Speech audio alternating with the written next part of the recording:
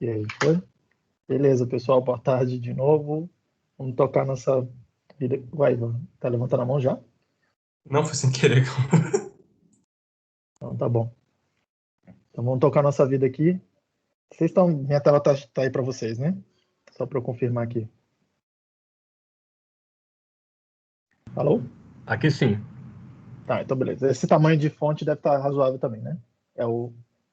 Deve ser. Eu não lembro que tamanho que eu estava usando na aula passada. Era esse aqui mesmo, eu acho.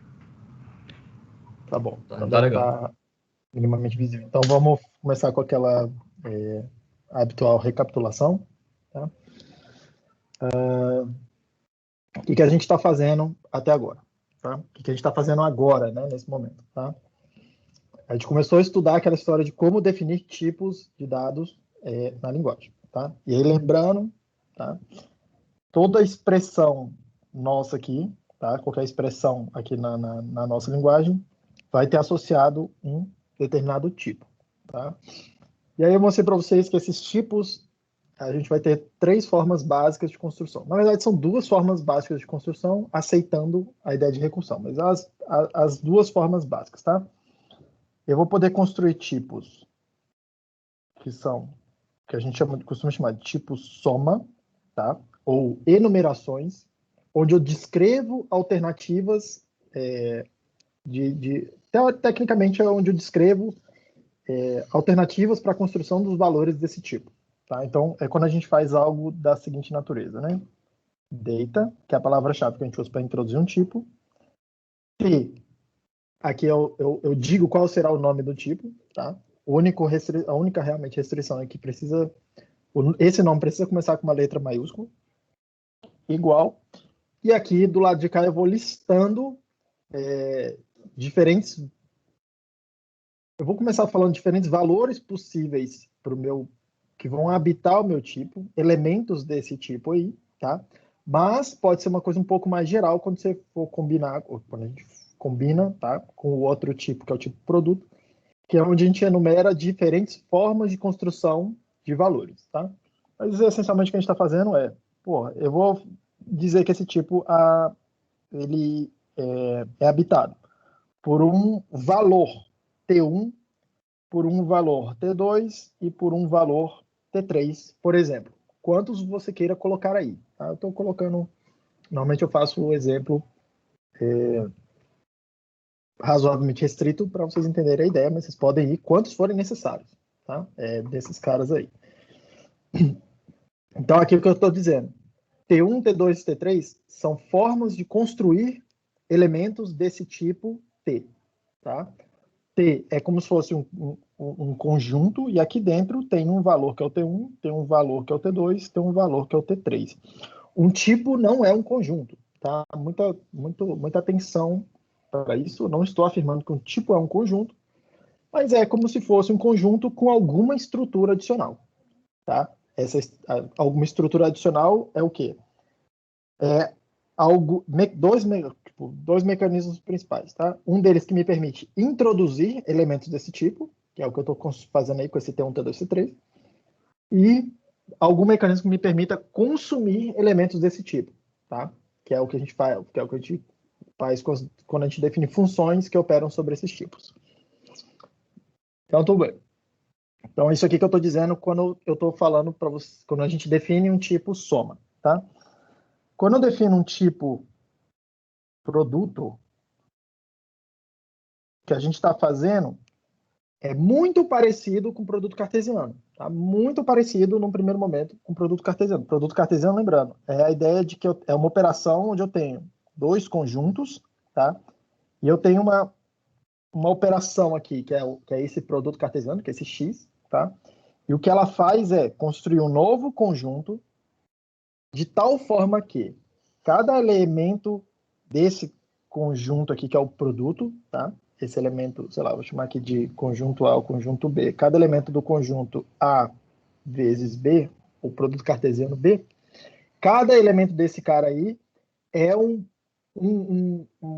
como se fosse um pacotinho, tá? Como se fosse um packaging, uma caixinha, onde dentro dessa caixinha eu tenho um elemento X que veio eu vou chamar de Azinho, um elemento Azinho que veio daquele conjunto A, tá? E um elemento Bzinho que veio daquele conjunto B. Tá? A ideia de produto cartesiano é isso, é meio que construir um novo conjunto que pega todas as combinações de Azinhos e Bzinhos que moram naqueles conjuntos A e B e combinam eles para formar um novo conjunto que tem todos esses elementos aí, todas essas combinações. Tá? O tipo produto ele faz alguma coisa parecida com isso. E como que a gente faz isso? Né? A declaração dele é alguma coisa dessa natureza. Tipo data, vou chamar de P de produto, chamado lá o T de S, mas tudo bem. Vou chamar aqui de P de produto, tá? E aí o que eu faço é declarar a primeira coisa, lembrando, para o tipo, eu não preciso só dizer quais são os elementos desse tipo, eu preciso de uma forma de apresentar, de introduzir, de construir um elemento desse, tá? Essa função P do lado direito aqui, tá? E não confundir o P maiúsculo do lado esquerdo da expressão, esse igual, com o do lado direito, tá? Eles são duas coisas diferentes. Esse cara P, o que ele faz é receber argumentos de um determinado tipo arbitrário aqui, por exemplo, int, e combinar com elementos de um outro tipo arbitrário, por exemplo, o tipo T que eu defini ali atrás. Tá? Então, exemplos de elementos desse tipo P que eu acabei de definir. Tá? Um exemplo seria o P0T1. Por exemplo, isso aqui, essa expressão toda é um exemplo de um elemento desse tipo P, tá? E se eu perguntar o tipo disso aqui lá para o compilador, ele vai falar para mim, isso aqui é do tipo P, tá? Não confundir este P, que está do lado de cá, com este P que está do lado de cá. Se eu perguntar para o interpretador, qual é o tipo desse P aqui? O que é esse P aqui, tá? Ele vai dizer para você que este P aqui é do tipo int T, que é um elemento, ele é uma função que pega um int, que pega um t e constrói um elemento do tipo p, tá? Esse cara aqui é o mesmo desse cara aqui. Tudo bem, gente? Isso aqui é muito idiomático, eu sei, eu entendo que no começo gera alguma confusão, tá? Definir tipos assim, né? Tipo, onde o construtor do tipo, que é o que a gente chama isso aqui, construtor. O construtor de valores do tipo, tá? Se confunde com o próprio nome do tipo. É bastante idiomático quando a gente só tem um construtor no tipo. A gente usa o mesmo nome, tá? Então, por isso que eu estou chamando bastante atenção aqui. Vocês vão ver isso em várias e várias e várias bibliotecas e já já vocês vão fazer isso. Mas não precisa ser o mesmo nome, tá? Não tem nenhuma necessidade, mas é bastante comum vocês verem esse tipo de padrão. E repare, você pode combinar essas duas coisas, tá?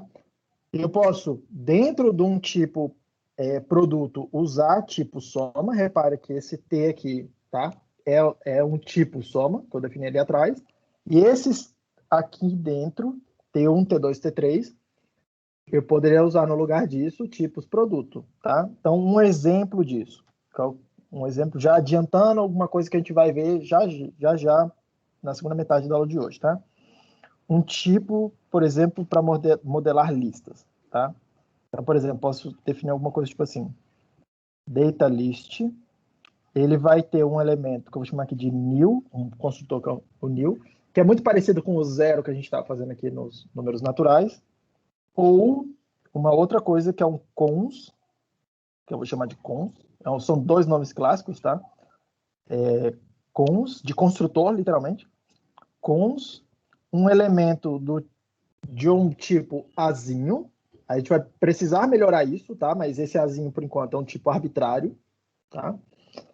E eu vou precisar melhorar isso porque eu vou precisar explicar para o compilador o que é esse azinho, tá? Essa sintaxe que eu estou usando aqui agora é inválida, eu vou mostrar para vocês como é que a gente faz isso na linguagem mesmo. Mas ele recebe um elemento desse tipo azinho e um outro, e o segundo, ele combina isso com uma outra lista, tá? E aí eu vou mostrar para vocês que isso aqui constrói uma cadeia, tá? Literalmente, uma lista encadeada, né? Que o pessoal da computação chama, tá?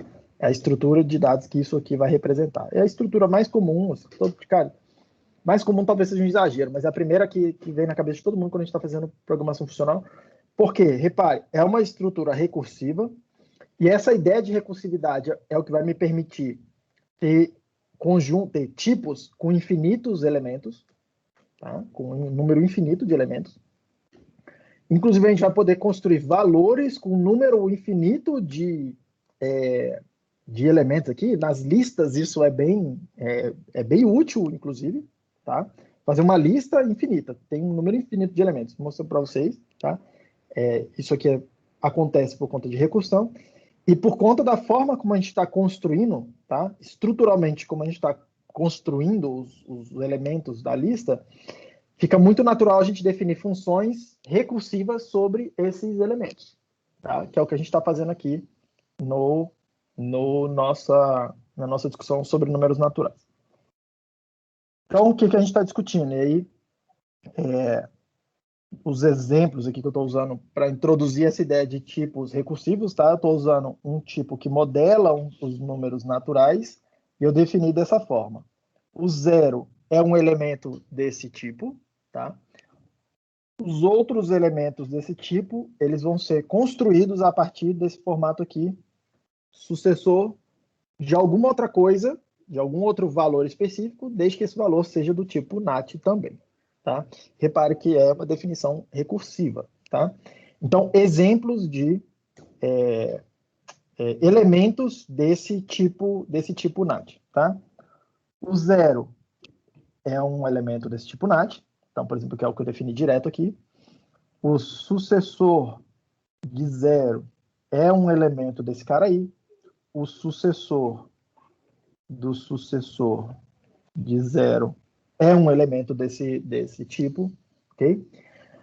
E todas essas, e aí você perceba aí, tá? Quantas aplicações do sucessor você quiser, desde que tenha algum lugar para separar lá no 0, tá? Isso aí, todos esses caras são os que a gente chamou de números finitos, ok? Números finitos. Esse é o nome que eu dei na aula passada. Agora, tem alguns números, porque lembrando, toda vez que eu defino um tipo novo aqui na linguagem, a gente está explicitamente dizendo como é que eu construo alguns dos meus valores, mas sempre vai existir um outro valor que está implícito aqui, tá?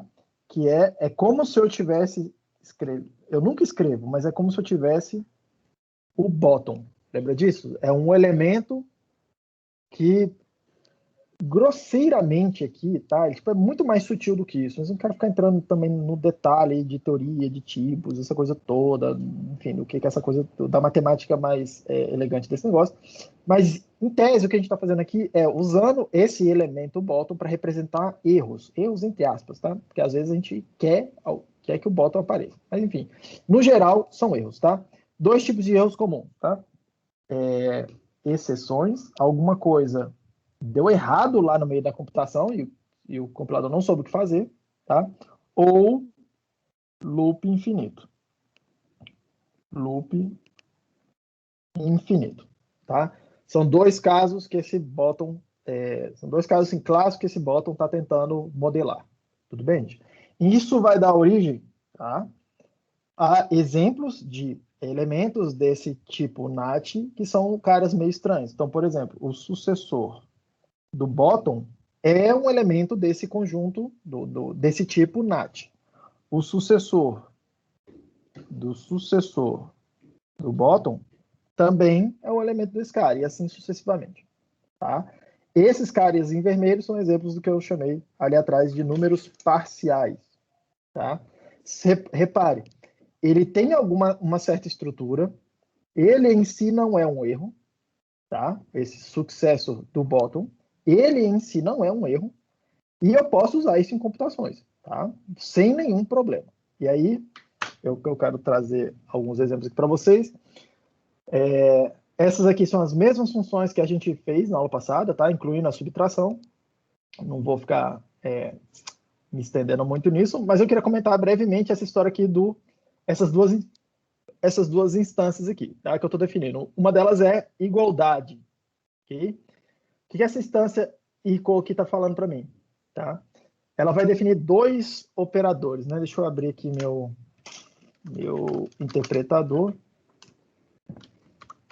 Essa instância eq, ela está falando para mim, olha, todo tipo que implementar essa classe, tá, vai ter que disponibilizar uma operação de igualdade para dizer quando dois elementos daquele tipo são iguais e uma operação de diferente. Tá? Então, olha só como é que eu defini. Eu defini enumerando todos os casos. Tá? Repare, uma definição muito simples aqui no meu caso. Tá? Bastante direta. É bem normal a gente fazer esse tipo de construção. O zero, toda hora que eu perguntar 0 é igual a 0, eu vou dizer que é.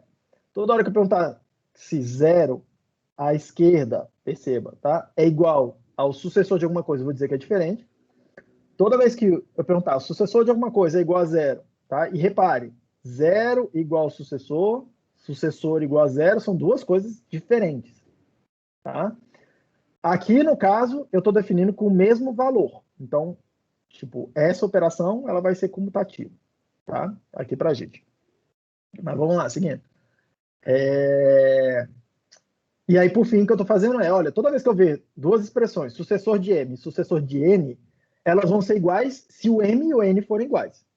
Tá? Então, eu faço uma chamada recursiva aqui nessa função. Okay? Então, eu uso a mesma função para falar, cara, repare o que eu estou fazendo, tá? Do lado direito, é como se eu estivesse desconstruindo o meu tipo, né? Eu cheguei, tem um elemento que tem sucessor de alguma coisa lá dentro. E do lado direito, sucessor de outra coisa lá dentro. Eu tiro as duas coisas de dentro dessa caixa, que é o sucessor, tá? Então, pego o M e o N, é o conteúdo dessa caixa sucessor, e eu comparo eles dois, tá? Só que, repare, isso é recursivo, tá? Esse elemento M e esse elemento N, eles são do mesmo tipo NAT, tá? Então, eles vão usar essas mesmas definições aqui para poder descobrir o que está acontecendo, tá? E aí, isso me permite comparar, por exemplo, o 0 é igual a 0. Opa, não importei meu arquivo, nat.hs, agora sim. 0 é igual a 0? Sim, tá? O 0 é igual ao sucessor de 0? Não, a gente definiu dessa forma, tá? A gente definiu dessa forma. Só que olha só que coisa interessante que a gente pode começar a fazer, tá? Eu posso definir um cara que eu vou chamar de undefined. Undefined? Vamos definir assim, não sei se esse é o melhor nome, tá? E eu vou dizer que esse undefined é um elemento desse conjunto aí, NAT, tá? E eu vou definir ele da seguinte forma: undefined é igual a sucesso de undefined. Deixa eu ver se isso aqui vai ficar bem. Acho que isso aqui vai ser suficiente, tá? Olha o que eu estou dizendo. Eu estou definindo esse nome talvez não seja o melhor nome que eu tenho escolhido, tá? Mas enfim, eu estou definindo uma coisa que eu estou batizando de undefined, e eu estou afirmando para o meu interpretador, pro meu compilador, que esse cara é um elemento desse tipo NAT. E aí eu estou construindo ele da seguinte forma. Estou falando, ó, o undefined, ele vai ser construído assim, sucessor dele mesmo, undefined, uma definição recursiva, tá? Então, na hora que se eu perguntar aqui para o compilador, para o interpretador, diz para mim qual o valor desse cara, tá? O que ele vai fazer? Ele vai falar, olha, o valor desse cara é o sucessor de alguma coisa. Que coisa é essa? É o sucessor de alguma coisa. Que coisa é essa? É o sucessor de alguma coisa. Então, ele vai construir uma sequência de sucessor, sucessor, sucessor, sucessor, sucessor. E aqui é bem trivial de ver que isso nunca vai parar. Então, se eu perguntar o valor para ele, ele vai ficar aqui tentando construir esse cara e fica travado e tipo, é bem fácil de ver, tá? Que isso aqui nunca vai terminar, ok? Repare que, inclusive, que eu não estava nem esperando, tá? Dar esse Stack Overflow.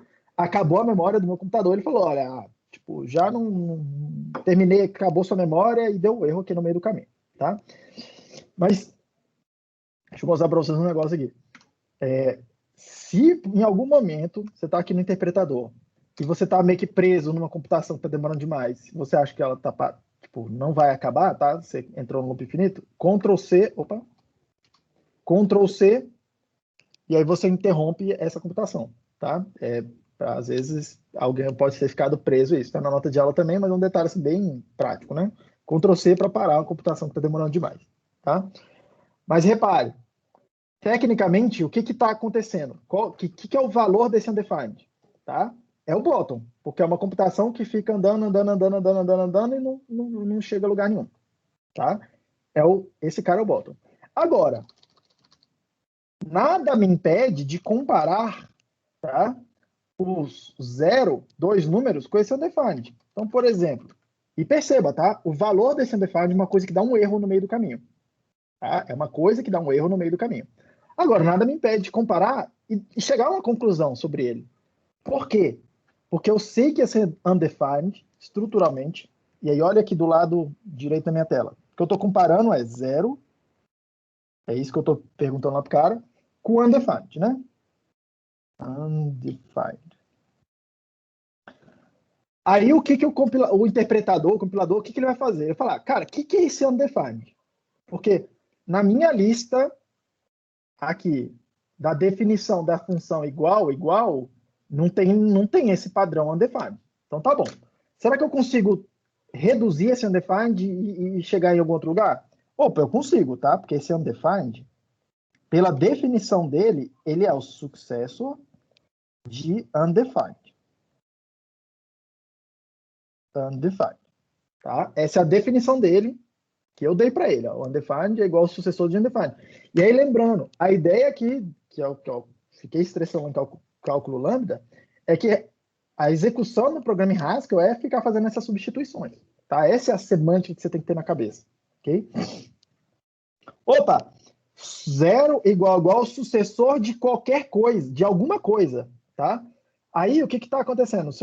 O interpretador ele vem aqui e fala, olha, tem algum padrão desse aí? Opa, existe 0 igual ao sucessor de qualquer coisa n, tá? Mesmo que essa coisa seja uma computação que não tem fim, seja esse bottom aí, tá? Eu já sei que é falso, eu disse para o compilador. Então ele chega aqui e fala, opa, esse padrão eu conheço, esse padrão eu preciso substituir por falso, e aí eu termino a computação, tá?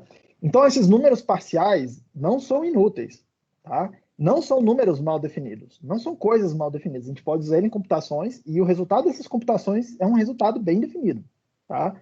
Bem definido nesse sentido. Não vai gerar um bottom, vai gerar um valor, alguma coisa bacana aqui que a gente estava esperando, tá? Então não se iludam que esse bottom é uma coisa estranha. Aliás, ele é uma coisa estranha, tá? No primeiro momento, na minha cabeça até hoje ele é uma coisa estranha, mas ele não é necessariamente algo que, quando você embute lá no meio da sua computação, ele vai gerar um erro necessariamente. Tá? Pode ser que a sua computação seja possível mesmo na presença desse bottom aí, que está tentando modelar alguns tipos de erros. Tá? E, em particular, nesse cara aqui do bottom, nesse caso aqui que a gente acabou de fazer. Tá? Que a gente acabou de fazer. Olha só o que o successor do bottom está falando para mim, tá? Esse valor aqui, successor de bottom. Eu não sei que valor que é, eu não consigo concluir, porque eu não consigo concluir muita coisa sobre esse bottom, tá? Mas eu consigo concluir algumas informações parciais. Eu consigo concluir, por exemplo, que o sucessor do bottom não é igual ao 0. Isso eu consigo concluir. Então, esse número aí, sucesso do bottom, que é uma coisa que eu não sei dizer exatamente o que ele é. Mas eu consigo dizer algumas coisas sobre ele. Eu consigo dizer que ele não é o 0. Tá? Eu consigo dizer que ele não é o 0. Eu consigo dizer que ele é sempre o sucessor de alguém. De alguém quem? Não sei quem. Mas eu sei que ele é o sucessor de alguém. Ok? Então, isso, por exemplo, eu consigo concluir. Tá? Agora, algumas coisas eu não consigo concluir. Tá? Se eu perguntar para ele aqui se o sucesso do bottom é igual ao sucesso do 0, provavelmente vai dar algum problema, tá? Porque em algum momento, e aí perceba aqui, ó, na minha definição, se eu perguntar o sucesso do 0 é igual ao sucesso do bottom, ele vai olhar e falar, olha, eu não sei, mas eu sei que para isso ser verdade, o 0 tem que ser igual ao bottom. E aí ele vai olhar e falar, tá bom, mas quem é esse bottom? E ele vai ficar tentando fazer alguma coisa que provavelmente gera um erro, tá? Então, em alguns momentos, essa computação com o bottom pode gerar erros, em alguns momentos, não. Tá? E é importante uma definição aqui que a gente vai usar aqui hoje, tá? Que eu disse o seguinte para vocês, eu defini um nome, tá? Que eu falei que toda vez que uma função f qualquer receber esse valor bottom aí, tá? E ela gerar o bottom, Tá? O resultado de f bottom for bottom para uma f arbitrária, uma função f qualquer arbitrária, eu vou dizer que essa função f é uma função estrita. É o nome que a gente vai dar para isso, para esse fenômeno aí. Então, toda hora que eu falar f é estrita, quer dizer que se eu apresentar para ela esse bottom, um loop infinito, ela vai ficar em loop infinito. Se eu der para ela um número ou um valor que gera uma exceção, provavelmente ela vai gerar uma exceção também. Tá? Eu não sei o que ela vai dar de erro, mas ela vai dar algum erro lá no meio do caminho e vai gerar um bottom também. Tá? Então, é isso que eu quero dizer quando eu disser que uma determinada função é uma função estrita. Tudo bem, gente? Alguma dúvida até aí? Eu não estou olhando. Ivan, deixa eu aproveitar hoje aqui. Você está nomeado para a aula de hoje como secretário da turma. Isso quer dizer que você vai ficar de olho no chat e se tiver alguma coisa no chat, você vai me avisar. Ok. Tudo bem? Tá. Então, vamos Professor, seguindo aqui. Pergunta. eu acho que Eduardo, né? o sucessor de zero e o sucessor de bottom, ele vai saber computar. Por quê? Porque ele vai chamar recursivamente bottom igual a zero e existe um padrão para isso. Mas cuidado, não confunda o bottom com esse undefined. Perdão, undefined. Tá? Eu não falei que. Na hora que eu estava falando aqui, eu falei, depois eu vejo na gravação, mas eu acho que não. Se eu comparar o sucessor de zero com o sucessor de undefined, é uma coisa. Mas eu acho que eu falei sobre o sucessor do bottom. Do bottom mesmo, tá. O bottom é mais um fenômeno, né? É mais um fenômeno, mas ele há um valor. Beleza. Tudo bem? Tudo bem. Então, seguindo aqui. Seguindo aqui. Onde que eu estava na aula passada? O que a gente viu na aula passada, tá? Eu mostrei para vocês... vamos seguindo. Então, acho que eu estou fazendo besteira. Espera aí, rapidinho. Pronto, estou fazendo besteira no meu caderno aqui.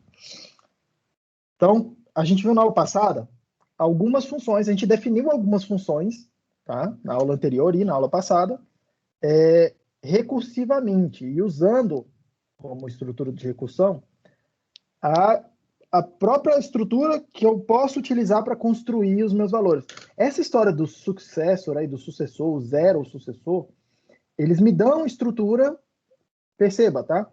Eles me dão alguma estrutura em torno dos valores. Os valores não podem ser construídos de qualquer forma, eles não podem ter qualquer formato, eles têm um formato específico. Tá?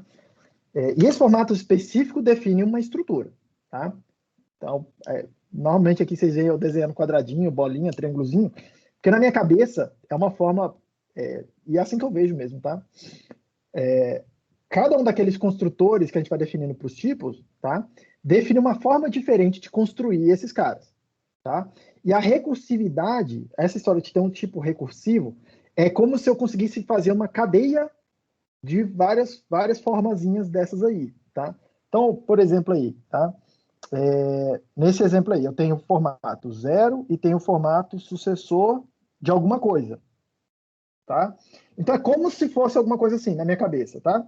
O zero é como se eu entendesse que ele é uma bolinha, e o sucessor é como se eu entendesse que é um quadradinho. Só que, repare, o sucessor ele sempre tem que trazer junto dele um outro NAT. Tá? E esse outro NAT sempre tem uma dessas duas formas, ou a bolinha ou é o quadradinho. Tá? Então, na hora que eu faço, e na minha cabeça eu faço exatamente isso, tá? Na hora que eu escrevo sucessor, do sucessor, sei lá, do sucessor, para não ficar tão trivial, de zero, o que na minha cabeça eu tento enxergar, e isso vai... eu estou tentando fazer isso aqui para já adiantando a discussão sobre listas, tá? Porque vocês vão ver esse tipo de diagrama aqui, eventualmente, em várias referências e tal. E isso dá uma dica de quem aí é pessoal da computação. Isso dá uma dica de como que é de fato implementado lá na máquina, lá embaixo, tá? Toda vez que eu vejo isso aqui, sucessor do sucessor de zero, na minha cabeça eu enxergo um negócio meio que assim. Tem um sucessor de alguma coisa. Que coisa é essa? É o sucessor de alguma coisa. Que coisa é essa? É o sucessor de alguma coisa. Que coisa é essa? Uma bolinha. Tá? Então, na minha cabeça, eu vejo alguma estrutura desse jeito aí. Tá? Onde eu tenho... É como se fosse um grafo, né? Se você parar para olhar desse jeito aqui. Cara, tem um elemento e esse elemento está ligado com alguém. Tá? E esse elemento mesmo aqui, ó, esse cara do lado para o lado de cá, que é tudo isso aqui, ele em si tem uma estrutura, também, uma estrutura interna, que é a estrutura igual à estrutura do cara de fora. Tá? Então dá muito essa ideia de, pô, isso aqui é um grafo, ou uma árvore, se você quiser pensar desse jeito. Tá? Isso aqui começa a te indicar esse tipo de construção. E é desse jeito realmente que é implementado lá. Tá? Tem toda, a que vocês viram, principalmente o pessoal da computação, vocês viram em algum momento como é que constrói árvores linkadas, listas encadeadas, aquele monte de coisa com um monte de ponteiro para tudo quanto é lado. É isso que está acontecendo lá embaixo, e isso está escondido aqui. Tá? E quando a gente está escrevendo data, nat, igual a 0, ou sucessor do nat, o que a gente está construindo é uma coisa muito parecida com uma lista linkada, que tem aquele inferno de aritmética de ponteiros que tem que ser feita, e tem que tomar cuidado naquela coisa toda, e a gente está escondendo tudo isso dentro dessa linha aí. Tá? Essa linha aí, ela fala para a gente como que é essa estrutura. E a gente deixa para o compilador ou para o interpretador construir essa estrutura de fato lá para a gente. Tá? Então, repare o tanto de complexidade que isso aqui esconde. Tá? O tanto de complexidade que isso aqui esconde. Por isso que programação funcional normalmente é bacana, mas também é um troço um pouco difícil de fazer de raciocinar sobre outras coisas. Tá? Vocês veem, na aula passada a gente mostrou como raciocinar e de fato, escrever provas para provar teoremas sobre os nossos programas. Tá? Que eu mostrei para vocês aquela ideia de indução, e eu vou fazer a revisão aqui já já, fazer essas provas por indução, tá? Que é essencialmente, olhar todas as formas como eu posso construir os meus dados e provar que, para todas essas formas, uma determinada propriedade é válida. E aí isso me garante que uma determinada propriedade é válida para todos os valores daquele tipo. Tá? É uma ideia bem natural, assim, não é nada extraordinário. Tá? Agora, perceba que esse tipo de construção permite a gente fazer isso. Outras coisas que são mais complicadas de raciocinar em programação funcional, em particular em Haskell, tá? E a gente vai ver isso melhor quando a gente for falar de eficiência e tal. Tá bom, mas quanto de memória eu preciso para guardar determinada estrutura? Isso é mais difícil de dizer, tá? Quanto tempo demora? Qual a complexidade de tempo lá que demora para... qual a complexidade de um determinado algoritmo? Isso é um negócio um pouquinho mais sutil de dizer. Okay? Algumas coisas são mais ou menos intuitivas, a gente consigo dar uma ideia para vocês, mas algumas coisas são um pouco mais sutis. Tudo bem? Então, repare, na hora que eu falo lá, ó, na hora que eu falo aqui, successor de M é menor ou igual, no caso aqui, o igual é igual a igual, successor de N, e eu meio que estou desmontando essa lista, o que a gente está fazendo? O que eu estou fazendo implicitamente? Eu tenho uma sequência, uma cadeia dessa daqui, que é o argumento entra do lado esquerdo do igual. Eu tenho uma outra cadeia dessa aqui, por exemplo, que entra do lado direito do igual, sucessor de alguma coisa, igual, sucessor de outra coisa. E aí o que eu faço? O que eu disse lá é que vai ser igual às estruturas internas. Então, o que eu falo para o compilador, tá? Essencialmente o que eu estou falando é esses caras aqui, a sequência branca, tá? A cadeia branca e a cadeia vermelha vão ser iguais se, na hora que eu tiro esse primeiro elemento aqui e na hora que eu tiro esse primeiro elemento aqui, se as duas cadeias são iguais. Aí ele olha e fala, pô, mas como é que eu decido isso? Uai, vou seguir o mesmo processo, é sucessor com sucessor. Esses dois caras vão ser iguais se eu eliminar esse cara aqui, que é o primeiro sucessor, e eliminar esse cara aqui, e ainda assim essas duas coisas forem iguais. Opa, chegando no problema. Beleza, então preciso comparar esses dois caras aqui. Tá? Repare que o que a gente está fazendo é atravessar um grafo. Tá? Tipo, no caso aqui, sei lá, uma lista, alguma coisa assim, atravessar um grafo. Estou andando nos elementos do grafo e vendo se eles são todos iguais. Essencialmente o que a gente está fazendo. E aí eu cheguei num ponto que eu tenho sucessor de alguma coisa é igual a zero. E aí eu tenho a regra lá, porque assim eu defini arbitrariamente que isso aqui é diferente um do outro. Tá? E aí eu chego nessa conclusão. Mas repare que para chegar nessa conclusão, eu precisei andar dentro da estrutura.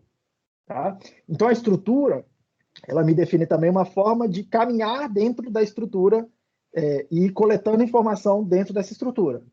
ok? É isso que a gente está fazendo quando a gente faz esses tipos de dados recursivos, tá? E aí o que eu vou começar a mostrar para vocês hoje ainda é começar a formar algumas estruturas um pouco mais ricas, tá? Porque essa estrutura aqui do zero e do sucessor de NAT é uma cadeia, igual eu desenhei aqui agora há pouco, tá? Uma cadeia bem simples, tá? Que meio que só anda numa direção. Mas nada impede a gente de fazer cadeias que andam em várias direções, árvores, e árvores bastante complicadas, tá? Nada impede a gente, ok? E é isso que a gente vai, para aí que a gente vai começar a se encaminhar. Tudo bem, gente? Na aula passada ainda, o que a gente fez? Provou teoremas. E aí eu defini aqui para vocês 3 técnicas, tá? Básicas para provar teoremas. A primeira delas é o que a gente chamou de indução. Não foi a primeira lá da aula, mas eu vou chamar de indução completa logo aqui, que é o caso geral, tá? Onde eu preciso verificar uma determinada propriedade em 3 casos, tá? O primeiro caso é o que eu chamo de caso base. Nesse exemplo em particular, tá? Que a gente está fazendo aqui de números naturais, é o caso do zero. Mas se o seu tipo tiver mais de um construtor não recursivo, como é o zero, você precisa testar para todos esses casos aí, tá? Não recursivos. Esses vão ser o seu caso base. Depois, eu preciso testar para o caso do bottom, tá? Para ver se a minha propriedade permanece verdadeira quando o valor que está circulando lá dentro é esse bottom. E eu tenho um passo indutivo a fazer, tá? Onde eu falo o seguinte. Beleza. Aqui o que a gente faz é tentar provar a determinada propriedade que eu estou chamando de P, tá? P de N aí. Se ela é verdadeira para a função que constrói a próxima, como se fosse o próximo cara. No meu caso aqui em particular, tá? Eu quero testar se o sucessor de N tem a propriedade que eu estou interessado, sabendo ou considerando que, tá? O N tem a propriedade que eu quero, considerando que P de N é verdadeira, tá? Então, o que eu estou fazendo nesse passo indutivo, que pode dar a ideia de que você está fazendo um negócio um pouco circular, mas não é. O que você está falando é, eu tenho, no caso base, eu sempre começo de algum lugar, e eu falo, beleza, sempre começo pelo quadradinho, então eu vou testar vou verificar se uma propriedade vale para esse quadradinho. É o caso base. Se tiver quadradinho e triângulozinho, eu verifico para os dois. São 2 inícios da cadeia, por exemplo. Tá? Por exemplo. E aí eu tenho uma seta ou tenho uma determinada função que, a partir de um elemento desses, gera um próximo. Então, por exemplo, poderia ter um negócio assim. Tá? O que o passo indutivo está querendo dizer para mim? Tá? E aí eu vou construir vários aqui. Construir uma sequência dessas. É isso que a recursividade está dando para mim. O que eu quero fazer? Que, independente de onde eu comecei a olhar, tá? Eu quero verificar se a setinha não destrói a propriedade. Então, para um elemento N qualquer, em qualquer lugar dessa cadeia, eu vou considerar que ele tem aquela propriedade. Vou partir dessa ideia. Tá? Não é o caso base mais. Um elemento qualquer lá no meio. E aí eu vou verificar se, quando eu pego esse N e eu aplico o construtor para ir para o próximo da cadeia, tá? Se essa operação não destrói a minha propriedade. Essa operação, no nosso caso particular que a gente está fazendo, é essa função sucessor. Tá? Então, isso aqui que a gente está tentando fazer. Tá? Essa é a ideia básica de fazer a prova por indução. Tá? E aí, a gente vai ter 2 casos particulares dessa construção. Tá? A primeira delas é quando eu não verifico o bottom. Então, quando eu junto isso aqui com esse cara aqui, eu vou chamar de indução estrutural. Porque eu vou andando e verificando somente a parte estruturalmente explícita do meu tipo. Eu só olho o zero, que é uma coisa que eu disse, que é um formato possível para se construir esse tipo, um elemento desse tipo, e eu olho a função do sucessor, que é o que vai para o próximo. Tá? Mas eu não olho o bottom. E repare, eu nunca defino o bottom. O bottom, ele está lá, é uma coisa que está lá sem querer. Eu nunca defino ele. Tá? E uma outra possibilidade é você não olhar o caso base, mas olhar o caso, combinar esses 2 caras aqui, tá? olhar o bottom e olhar o passo indutivo, e aí eu chamei isso aqui de indução parcial. Ok? O caso da indução completa, se eu provar que uma propriedade é verdadeira para esses três verificações aí, 3 provazinhas internas lá que eu tenho que fazer, eu posso afirmar que para todo elemento de um determinado tipo T, uma propriedade P é verdadeira. Na indução estrutural, tá? Se eu fizer indução estrutural, se eu não olhar o caso do bottom, ou se eu provar que o caso do bottom é falso, mas é verdadeiro para os outros, tá? Eu vou estar afirmando que uma determinada propriedade P é verdadeira para todos os elementos finitos desse tipo. Tá? Todos os elementos podem ser construídos ou com zero ou com uma quantidade finita de aplicações dessa função sucessor. Ao passo que, se eu provo alguma coisa para o caso do bottom e para o passo indutivo, que é a indução parcial, o que eu estou provando é que uma propriedade P é válida para todos os elementos parciais desse tipo. Tá? No meu caso aqui, para todos os elementos. Ou que tem o bottom lá no meio do caminho, em algum momento da estrutura. Tá? Em algum momento eu tenho uma cadeia, que em algum momento eu não tenho mais informação suficiente para continuar andando na cadeia, ou para um número infinito de aplicações dessa função sucessor. Uma cadeia infinita. Tá?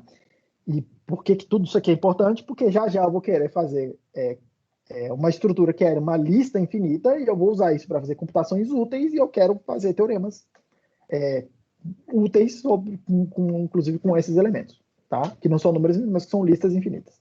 Tudo bem, gente? Isso é o que a gente está vendo até agora, tá? E aí, revisem lá depois da aula passada. A gente tinha definido já, tá? O adnat, o multinat, o exponencial, a soma, multiplicação e exponencial desses números. E aí eu mostrei para vocês exemplos de como fazer provas de uma ou outra propriedade dessas. E aí, aproveitando o gancho do Eduardo na última aula, que me perguntou o seguinte, professor, e eu adorei esse gancho, tá, Eduardo? Pode fazer mais vezes, cara. Todo mundo faça mais vezes.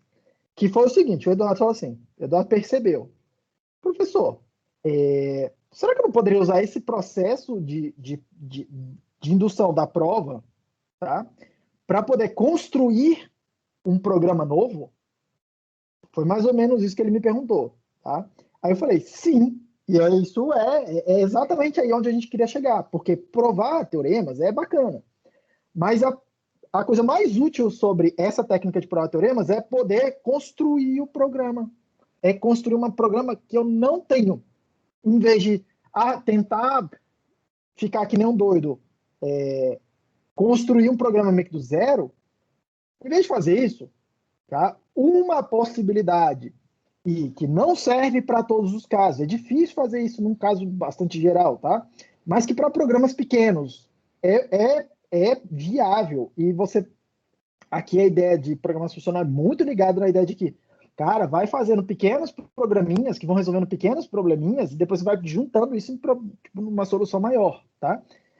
A ideia é que para programas pequenos, quando você pensa, vou fazer uma biblioteca de alguma coisa, a biblioteca é um monte de funções pequenininhas para resolver problemas particulares de um determinado domínio. Opa, em vez de ficar fazendo funções aqui meio que arbitrariamente, que é o que a gente tenta fazer, tá? Que normalmente a gente tenta fazer, é assim que a gente aprende a programar, normalmente, não, tem uma outra abordagem. Diga como que você quer que aquela função se comporte, tá? Aquela função que você quer programar se comporte junto de outras funções que vão estar compondo a sua biblioteca. Por isso que eu fui para esse caso de números para começar, porque vocês já têm uma intuição sobre o que é legal, né? O que é útil de ter sobre números. O que são operações úteis com números?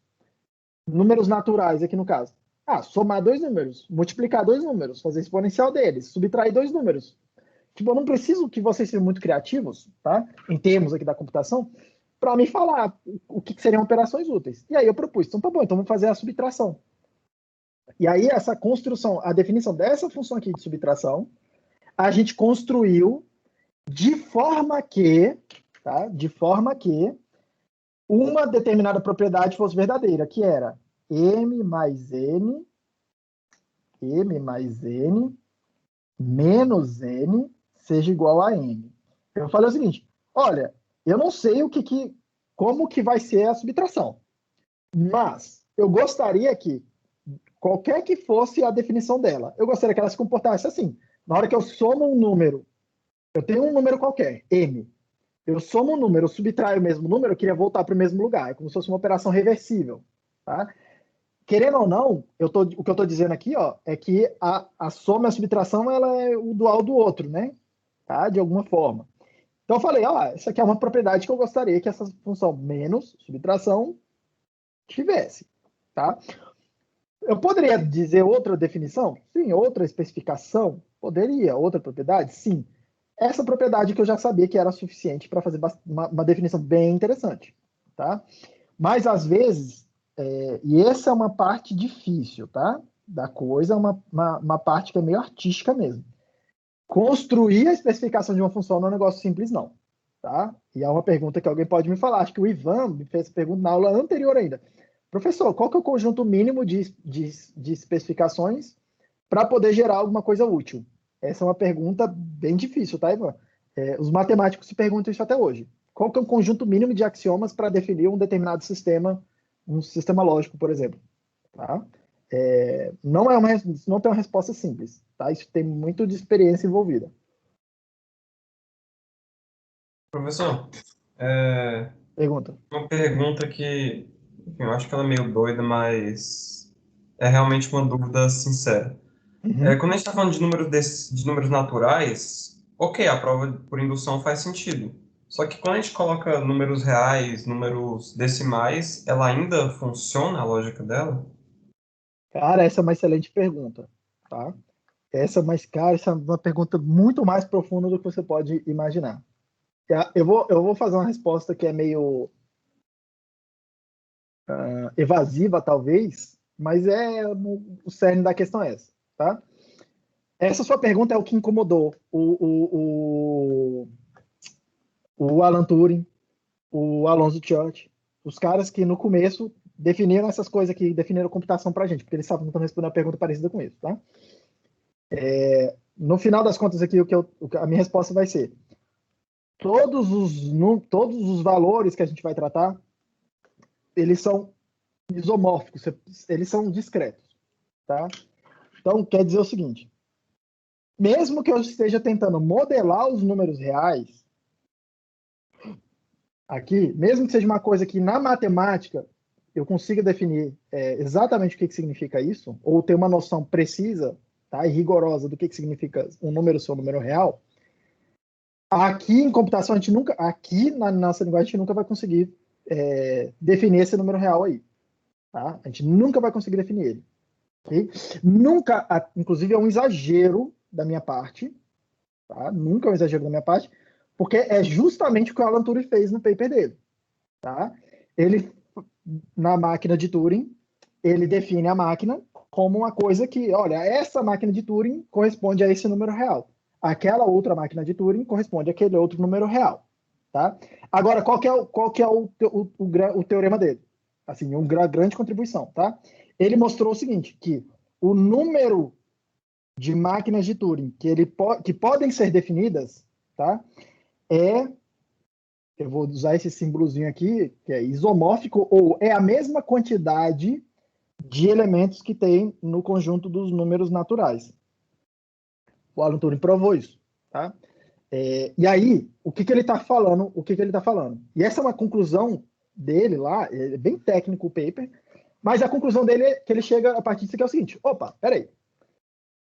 Se, e isso é o que ele está procurando, se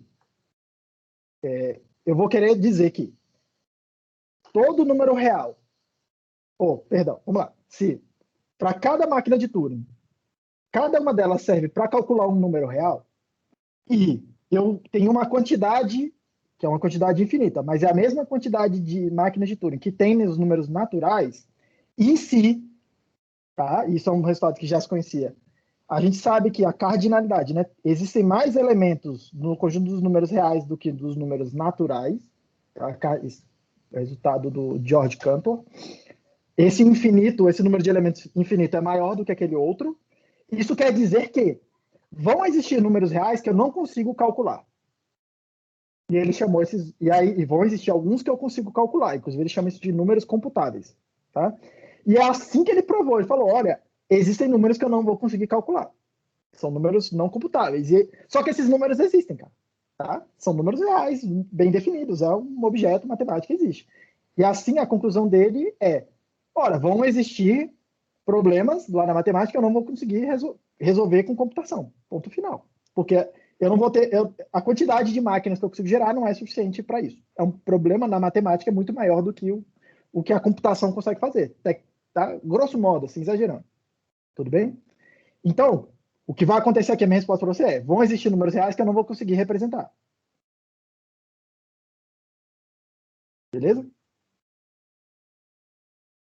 E tudo que eu conseguir representar tem uma relação 1 para 1 com esse conjunto dos números naturais. E essa ideia de indução é uma coisa que funciona para os números naturais. Inclusive, ela só faz sentido nesse contexto dos números naturais, né? Entendi. Inclusive, eu até acho que eu já vi um vídeo sobre um número que não é computável. Acho que agora faz mais sentido. Existem mais números não computáveis do que números computáveis. Sim, Porque eu dei uma olhada nesse. o tamanho desse conjunto dos números reais é muito, mas muito, muito, é absurdamente maior do que o número esse conjunto dos números, os reais é muito maior do que esse dos números naturais. E é um negócio muito louco, tá? Assim, eu quero ir para frente aqui, mas se você pensar nisso, cara, é muito estranho isso aí, tá? Quer dizer que a maior parte da matemática, dos números, da aritmética, são coisas que a gente não consegue calcular. A maior parte. Então, seguindo. Então, o que eu queria... E aí, chegando aqui agora, pô, essa revisão foi longa. O que eu queria chegar aqui para vocês? O que eu queria começar aqui era que vocês percebessem um padrão, tá? Um padrão nessas três funções. A de soma, de multiplicação e de exponencial, tá? Essas três funções, elas foram definidas de alguma coisa parecida com isso, né? É uma função f, tá? Que pega um nat e gera para mim uma coisa, um número, tá? Eu dou um nat para elas, e aí eu posso pensar, né? Eu dou um número para elas, que é esse m, tá? E o resultado disso é uma função que mapeia de nat para nat. Eu vou usar um azinho, que é qualquer número aqui, qualquer elemento, tá? Qualquer tipo, né? Porque eu quero generalizar agora, começar a generalizar isso para outros tipos. Mas todas elas foram construídas da seguinte forma: por duas equações, né? F de 0 é igual a um elemento C, ok? Então, olha lá, ó. Soma de m com 0 é m, multiplicação de m com 0 é 0, exponencial de m com 0 é o sucessor de 0. Todas elas chegam num valor específico, tá? Que eu estou chamando de C, uma constante. É isso que eu quero colocar aqui. E a outra equação de todas elas é alguma coisa nesse formato. F do sucessor de n é sempre alguma coisa do tipo aplicar uma função na coisa desconstruída, né? Então eu pego a mesma f, tá? Faço uma chamada recursiva dela, nessa mesma f, extraindo aquele construtor que é o sucessor. Então, extraio o dado que está dentro do meu tipo, do meu valor, passo para a função f e envolvo isso numa outra função h, tá? Então, olha só aqui os exemplos, né? Sucessor de n, eu peguei o a de nat, que é a mesma função que eu estou chamando, ó, a de nat m é a minha f, ali no exemplo, tá? Então, eu peguei, ó, a de nat m, descasquei o sucessor, peguei o que tinha dentro, que é esse termozinho n, passei para ela, e tudo isso aqui, que é o f de n lá no meu exemplo do lado esquerdo, eu envolvi numa função que é o sucessor. Olha o caso da multiplicação. Multinat m é a função f, lá do exemplo. Ela apareceu aqui, ó, multinat m, descascando o sucessor, o que tem lá dentro, tá? Isso aqui é o f de n, e aí eu envolvi ela dentro de uma outra função, que era o a de nat, e aí eu passei outro argumento para ficar consistente isso daqui, porque o a de nat precisa de dois argumentos, ok? A exponencial, mesma coisa. Ó. Exponencial de m é a função f. Ela aparece aqui dentro. Ó. Exponencial de m, peguei o n, que é o conteúdo lá do tipo, lá, desconstruindo, diminuindo um pouco a quantidade de estrutura do meu dado, envolvida numa função h, que no caso aqui é o multinat, passando esse outro valor m, porque o multinat precisa de 2 valores. Tá? Então, repare, essas 3 funções seguiram o mesmo padrão. Tá? Que é esse que está do lado esquerdo aí. Okay? Assim, programação funcional, isso é uma coisa bem difícil para iniciar em programação funcional. Porque quando você pega lá, vai estudar alguma biblioteca, alguma coisa para começar a usar, você vai ver que as definições elas são muito abstratas. E quando eu digo abstrata, tenho 3 funções. As 3 têm uma cara muito parecida, uma estrutura muito parecida. Então, o que eu faço? Eu defino uma nova função que captura essa forma geral para mim, tá? A estrutura, e aí eu especializo essa função depois. Tá? Então, isso aí é uma coisa que acaba complicando, assim, gera uma certa barreira de entrada. Tá? Por isso que eu estou meio que desconstruindo o conceito aqui e tentando mostrar para vocês de onde que vem essa ideia de fazer algumas determinadas funções. Tá? Nesse caso particular aqui, a gente acaba querendo falar o seguinte, beleza, eu vou definir uma função que chama fold n de naturais, tá? Mas é uma função fold, e essa fold vai aparecer em outros lugares, tá?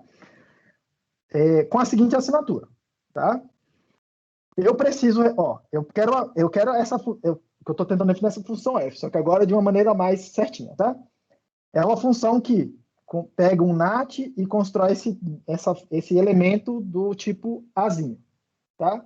Só que para isso eu ainda preciso de uma constante, receber a constante, porque essa constante aqui brotou magicamente aqui, na minha definição.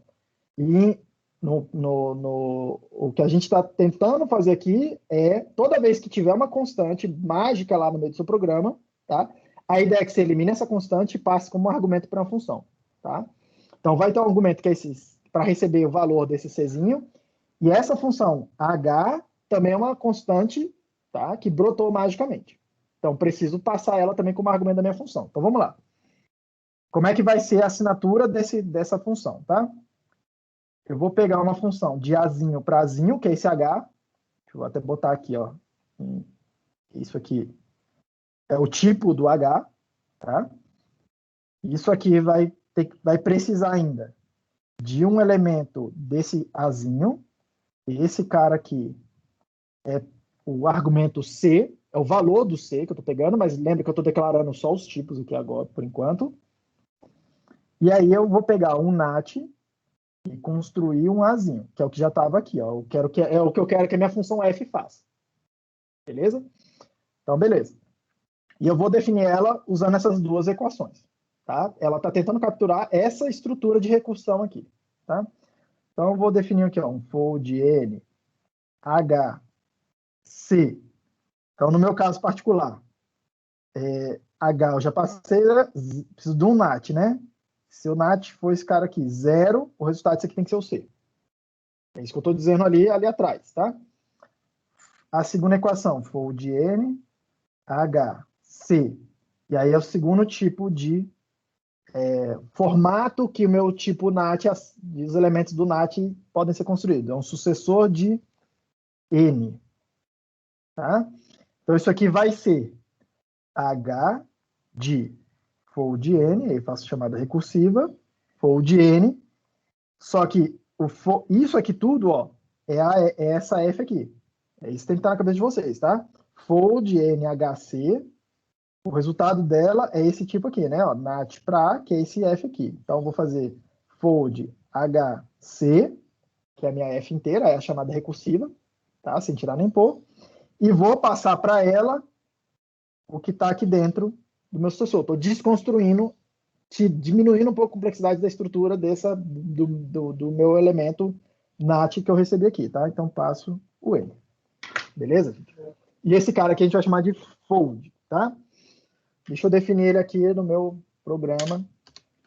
E aí, fold n, que aí é bom que vocês até dão uma ligeira descansada na cabeça.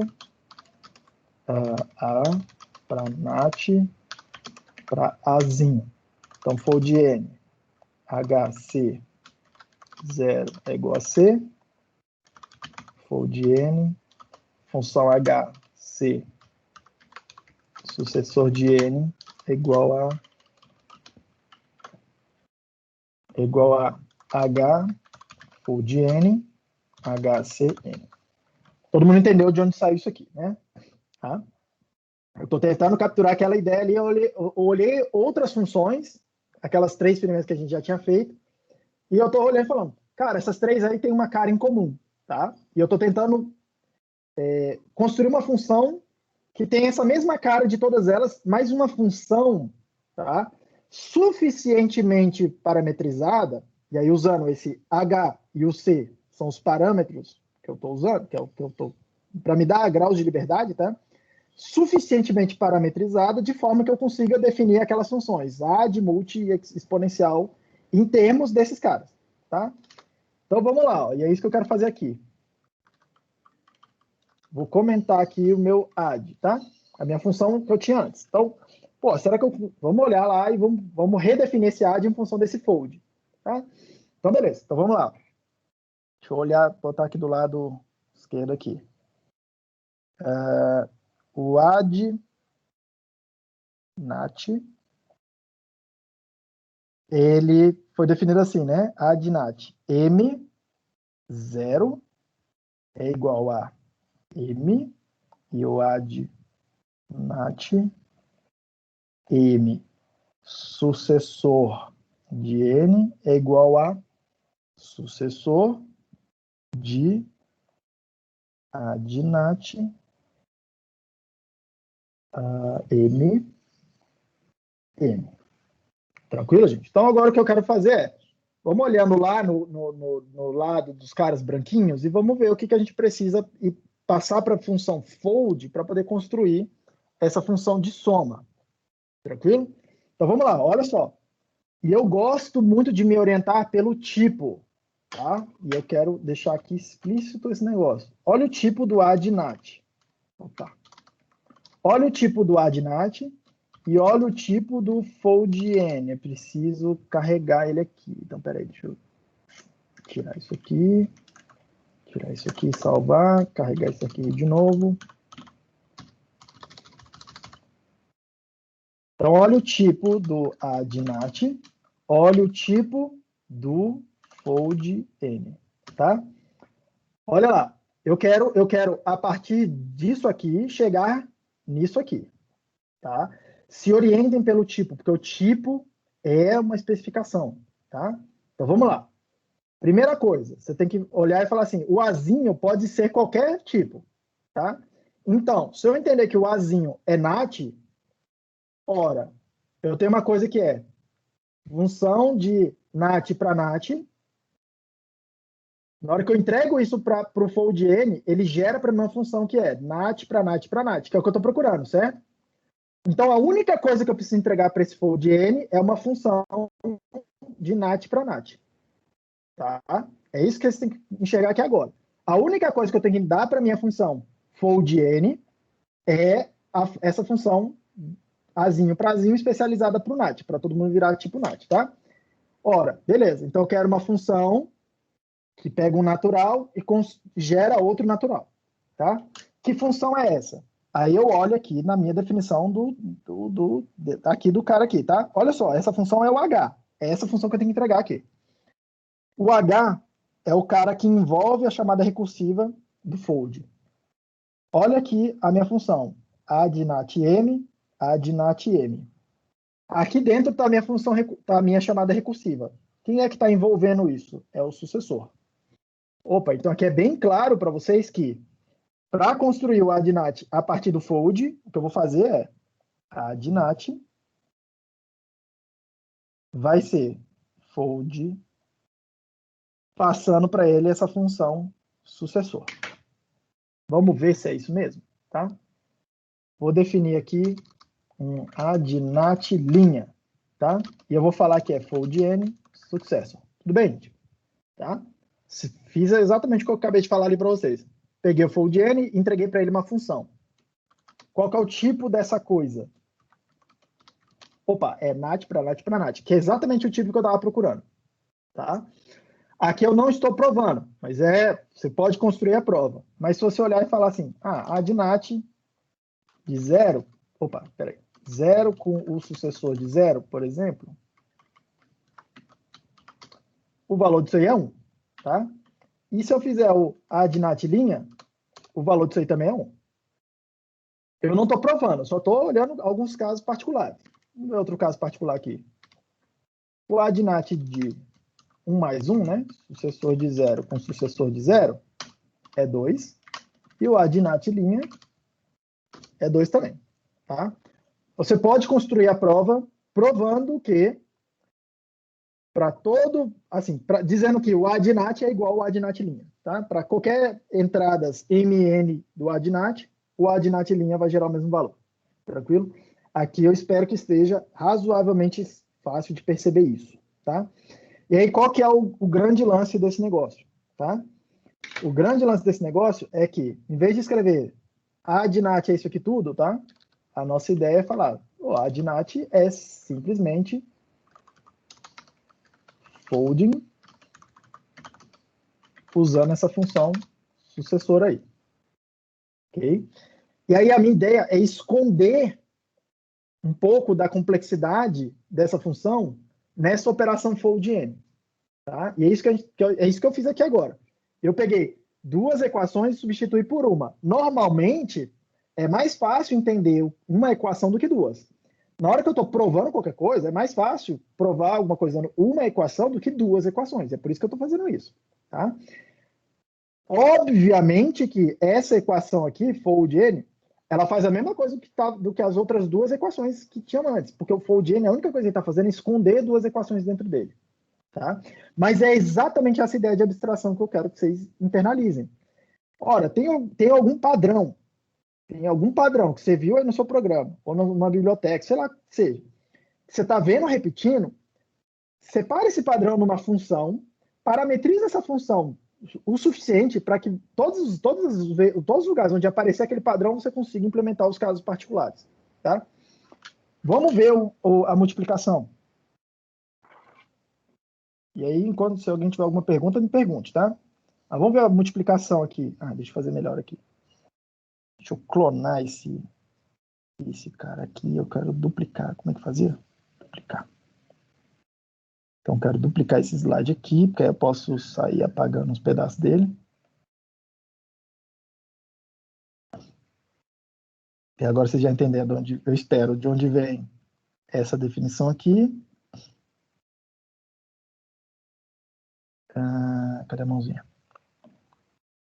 E aí eu quero, beleza. Agora eu quero construir essa outra função aí, que é a multiplicação. Multinat. E a gente define ela assim, né? Multinat M0 é igual a 0. Multinat M sucessor de N é igual a adnat. Essa aqui é um pouquinho mais complexa. Essa aqui é boa de ver. Multinat M N M. Beleza? Então vamos lá. Essa aqui é ligeiramente mais sofisticada. Tá? Ligeiramente mais sofisticada. Então vamos lá. Então o que a gente está fazendo? Tá? O que a gente está fazendo? Então, vamos lá. O que eu quero fazer é reescrever esse multinat em termos desse fold. O que eu preciso fazer? Tá? Entregar para ele um H e um Czinho. Certo? Preciso descobrir o que é o H e o que é o Czinho. Tá? Essencialmente é isso que a gente está procurando. Então vamos lá. O que é esse H? Tá? O H é a função que envolve essa chamada recursiva. Então vem aqui, olha, o que é a função que envolve uma chamada recursiva? O multinat M está aparecendo aqui, multinat M. Então, tudo que está envolvendo isso daí é o que eu preciso passar como função H. Tudo bem? Todo mundo está vendo aí? Então vamos lá, eu preciso de uma função que é essa daí, a adnat, pega o resultado de alguma coisa e pega o resultado dessa chamada aí e passa o M. tá?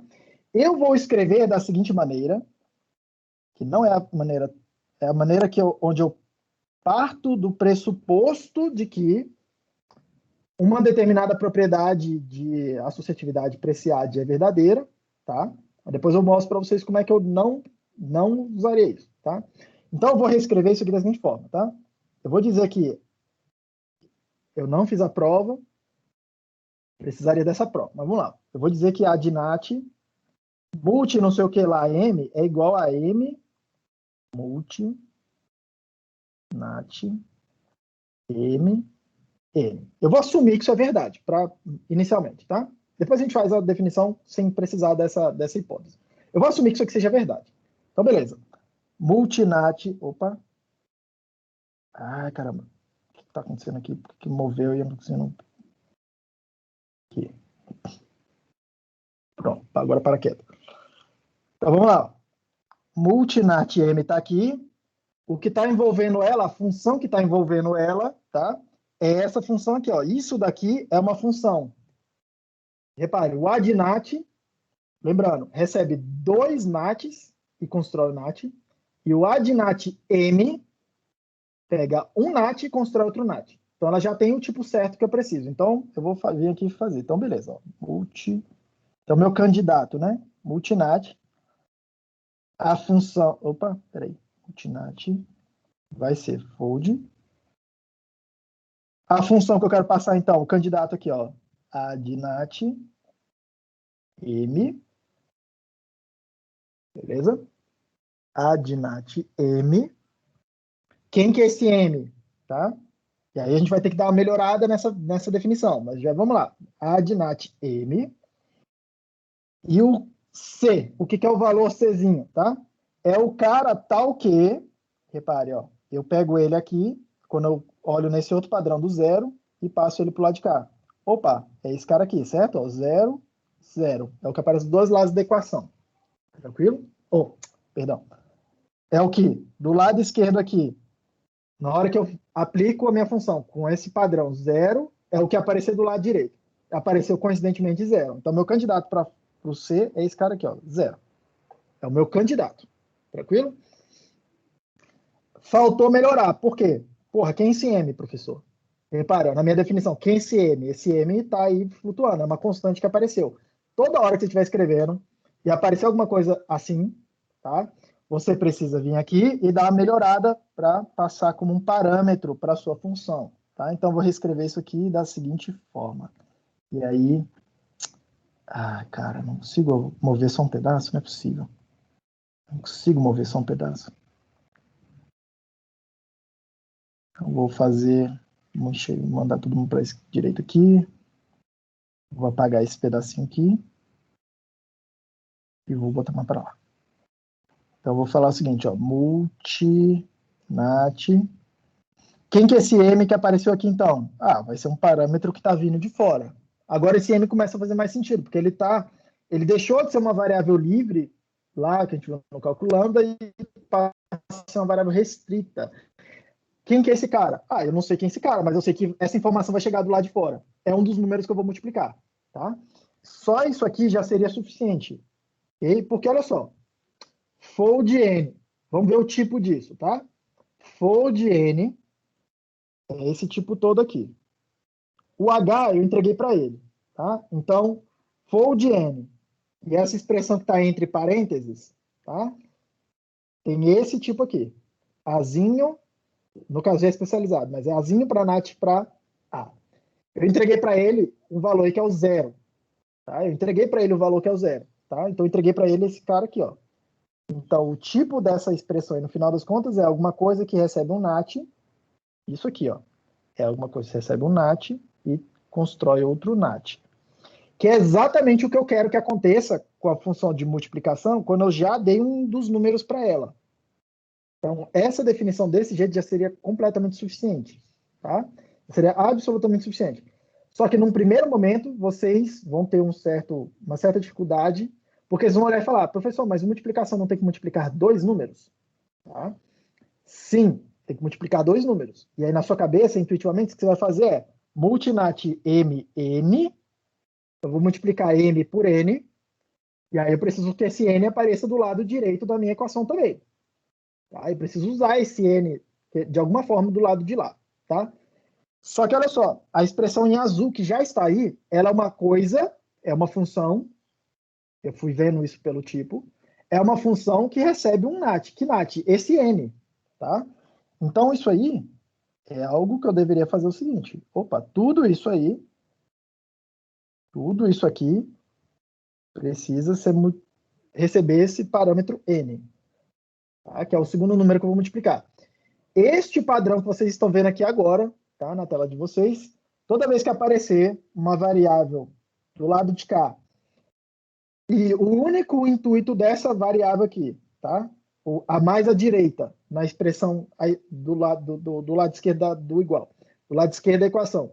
Se a variável mais à direita, o único intuito dela é passar ela como valor, como argumento, para uma outra expressão, tá?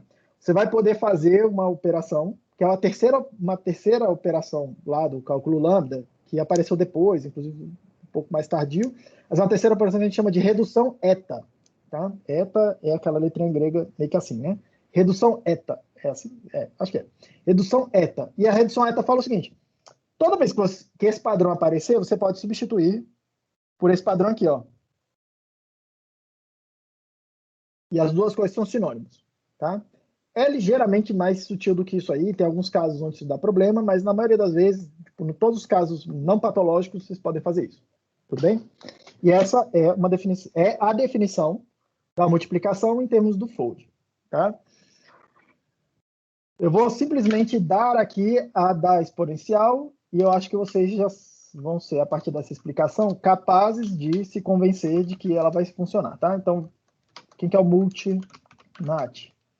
M, ele vai ser fold n, adnat m, 0, e a exponencial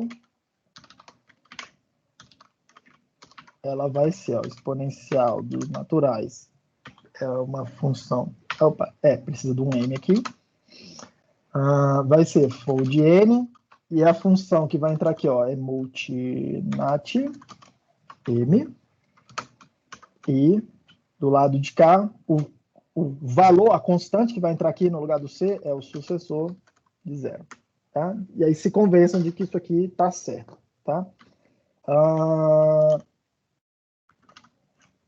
Para isso aqui funcionar, a única coisa que eu estou assumindo, e perceba, tá? E repare que eu fiz um passo aqui. Eu estou assumindo que o adnat é comutativo. Tá? A mesma coisa eu assumi na hora que eu fiz essa daqui, ó. Eu nem falei nada, mas eu estou assumindo que isso, essa daqui, sem tirar nem pôr. Nada exponencial, eu estou assumindo que o multinat também tem essa propriedade. Não só o ad, não só a soma é comutativa, tá? O que eu estou dizendo é que eu estou assumindo que m mais n é igual a n mais m. Mas isso precisa ser provado. E na exponencial, eu estou assumindo que m vezes n é igual a n vezes m. Mas isso precisa ser provado para o nosso programa. Ok? Pô, professor, como é que eu faria isso sem precisar fazer essa prova? Tá? Sem precisar fazer essa prova. Opa, beleza, vamos lá. Ninguém perguntou, mas é uma boa pergunta. Deixa eu clonar de novo esse slide aqui, que eu posso só apagar ele. Pronto. Sai daqui. Olha só como é que eu faria sem dar esse passo aí no meio do caminho, tá? Vou liberar um pouco de espaço aqui.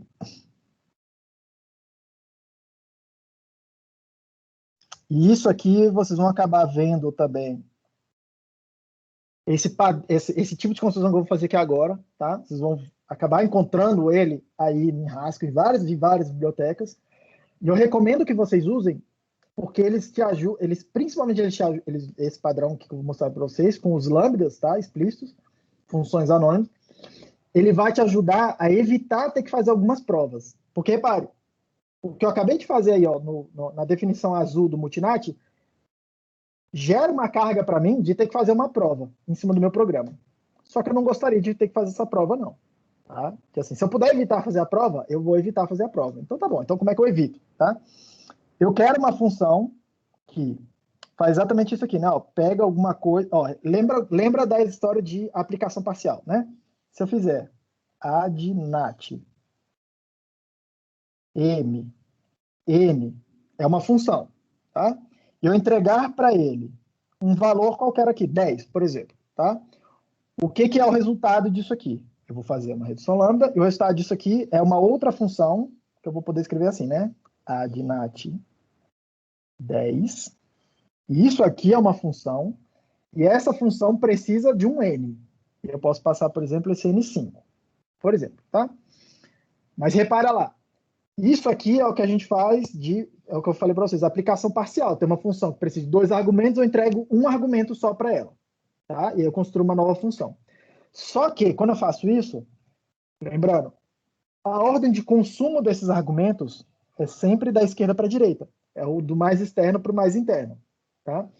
Só que aqui o que eu estou fazendo eu quero passar algum argumento, que é o n, tá vendo aqui, do lado direito, tá? Eu quero passar um valor, fazer a aplicação parcial de um valor que não é o que está mais à esquerda lá, que não é o primeiro que seria consumido normalmente na minha função. Tá? Como é que eu faço isso, então? Tá? Então, vai fazer o seguinte. Eu vou construindo aqui a definição. Vamos lá. Vou fazer em vermelho. Multi nat m vai ser fold n, mesma coisa. E aí aqui dentro eu preciso fazer alguma coisa diferente. Eu preciso fazer alguma coisa que pega aquele valor m, tá? Pega aquele valor m e aplica na minha função adnat, olhem aqui, tá? Só que do lado esquerdo dela. Tudo bem? Que é isso que eu quero fazer aqui, né? Ó, o m é do lado direito, né? Eu quero pegar uma coisa, que é o multinat, a coisa que está dentro do parênteses aí. Eu quero pegar uma outra coisa que é esse m, tá? E passar esse mzinho no lado direito e deixar esse slot aqui, ó, vago na minha função que eu vou colocar aqui. Como é que eu faço isso? Eu faço isso da seguinte forma.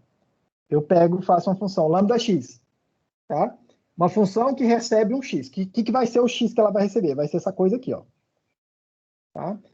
E aí eu construo um termo que é multinat, multi não, peraí, volta. É adnat. No lugar onde eu quero deixar vago aí, ó, um buraco, tá? Eu boto lá aquele x, que é uma coisa que vai vir de fora, que eu vou receber depois, e eu pego aquele m e passo aqui no lugar onde eu quero. Tranquilo? Repare que aqui, ó, a anotação é um pouco mais simples. Eu faço a aplicação parcial direto. Eu pego o m e entrego para minha função de soma. Tá? Naquele outro cara ali, o que eu estou fazendo é pegando um x, pegando um x por aqui, né, ó, pelo lambda, pegando um m por aqui, e eu estou passando o x e o m para minha função. Tá? Só que quem que é esse x? É uma coisa que vai vir depois. Tá? A gente usa uma função anônima para isso. Tá? Isso daqui é fazer exatamente essa linha. E aí faltou aqui só terminar, que é o zero, que é esse zero que está do lado de cá. Tudo bem?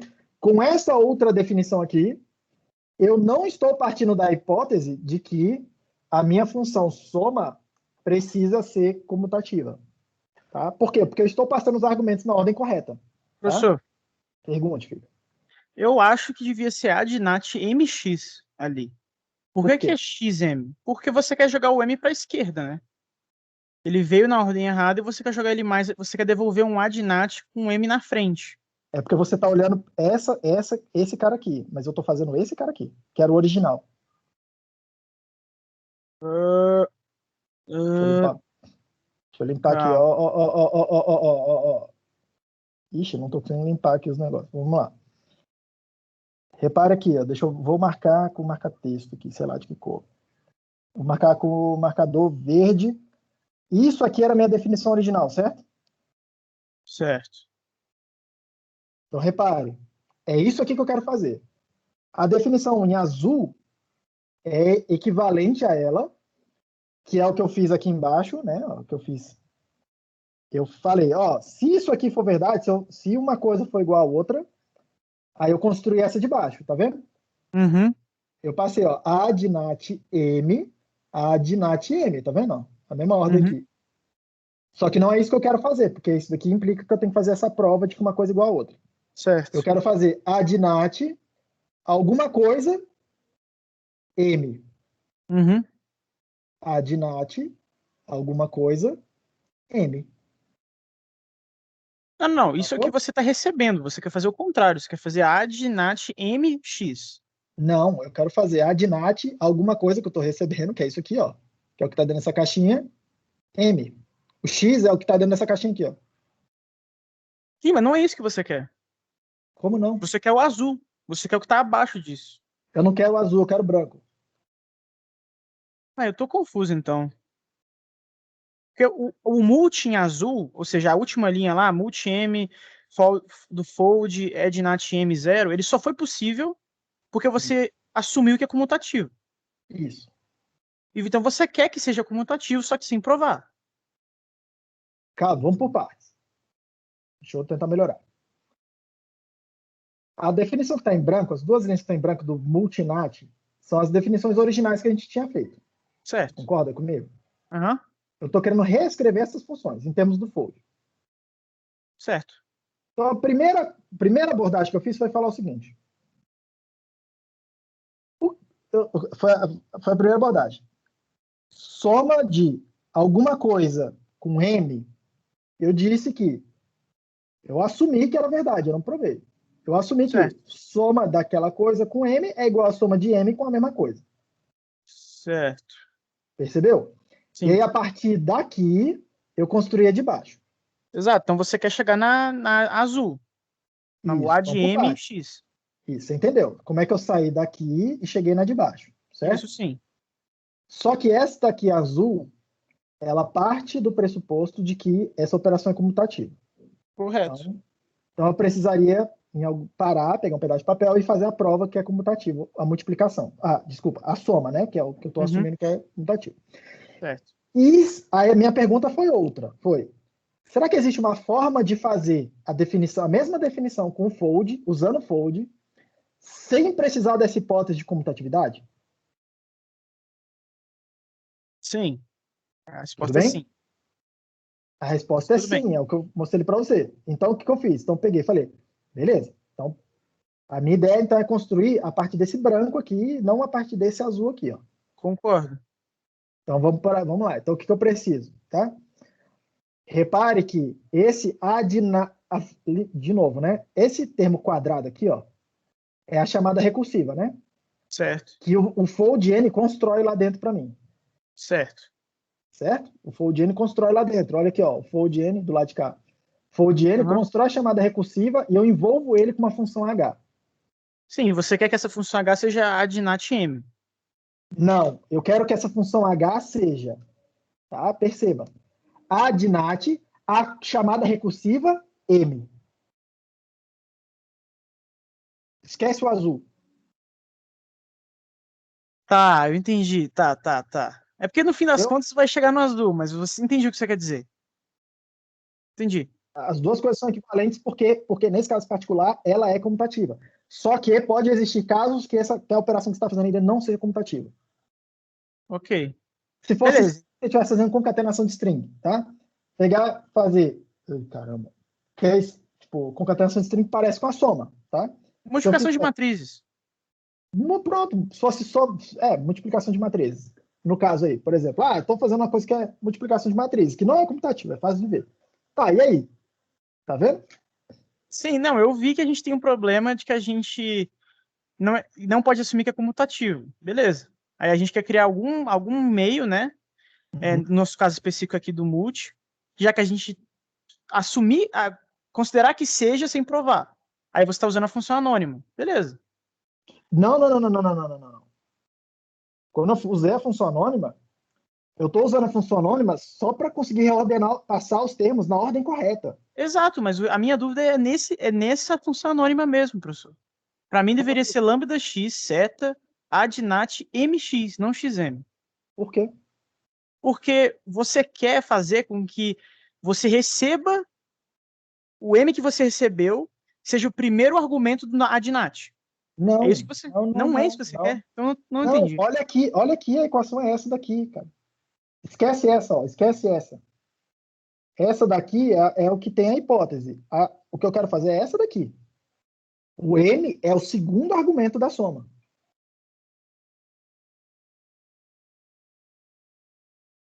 Tudo bem? Tá. Tá aí ainda? Eu tô. É que eu não tô conseguindo ver como que você vai chegar na última linha ali. Não tô conseguindo. Eu não vou. Eu Ah, não vou. então o multinat que Eu a não gente vou. fez tá errado ali. Não, não, não estou dizendo que está errado. Não tô, vamos lá, é porque você está partindo da hipótese que daqui eu vou chegar até aqui, né? Não, eu presumo que a gente quer chegar nesse fim aí. Não, eu não quero chegar aí. Eu quero simplesmente definir a minha multiplicação, Tudo bem, ok.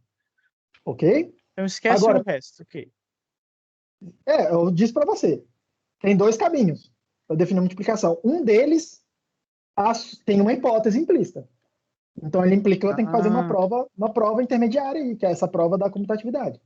Se você tem essa prova, você pode usar a definição de baixo. Se você tiver essa prova, a tá. definição de baixo está correta. Se Tá. você não tem a prova, a definição de baixo não está correta. É isso que eu estou dizendo aqui agora. Então são dois caminhos diferentes. Exato. Tá. Eu não estou dizendo que as duas definições são equivalentes. Eu não estou dizendo. Tá. Agora, agora o que eu vou afirmar é verdade. Se a DINAT, se a DINAT MN for igual, se você provar para mim, tá? Que é igual a NM, então as duas são equivalentes. Tá. Então Porque eu quero focar nessa de vermelho, então, para ver se eu entendi. isso, a de vermelho não tem nenhuma hipótese sobre ela, é simplesmente a reescrita usando fold.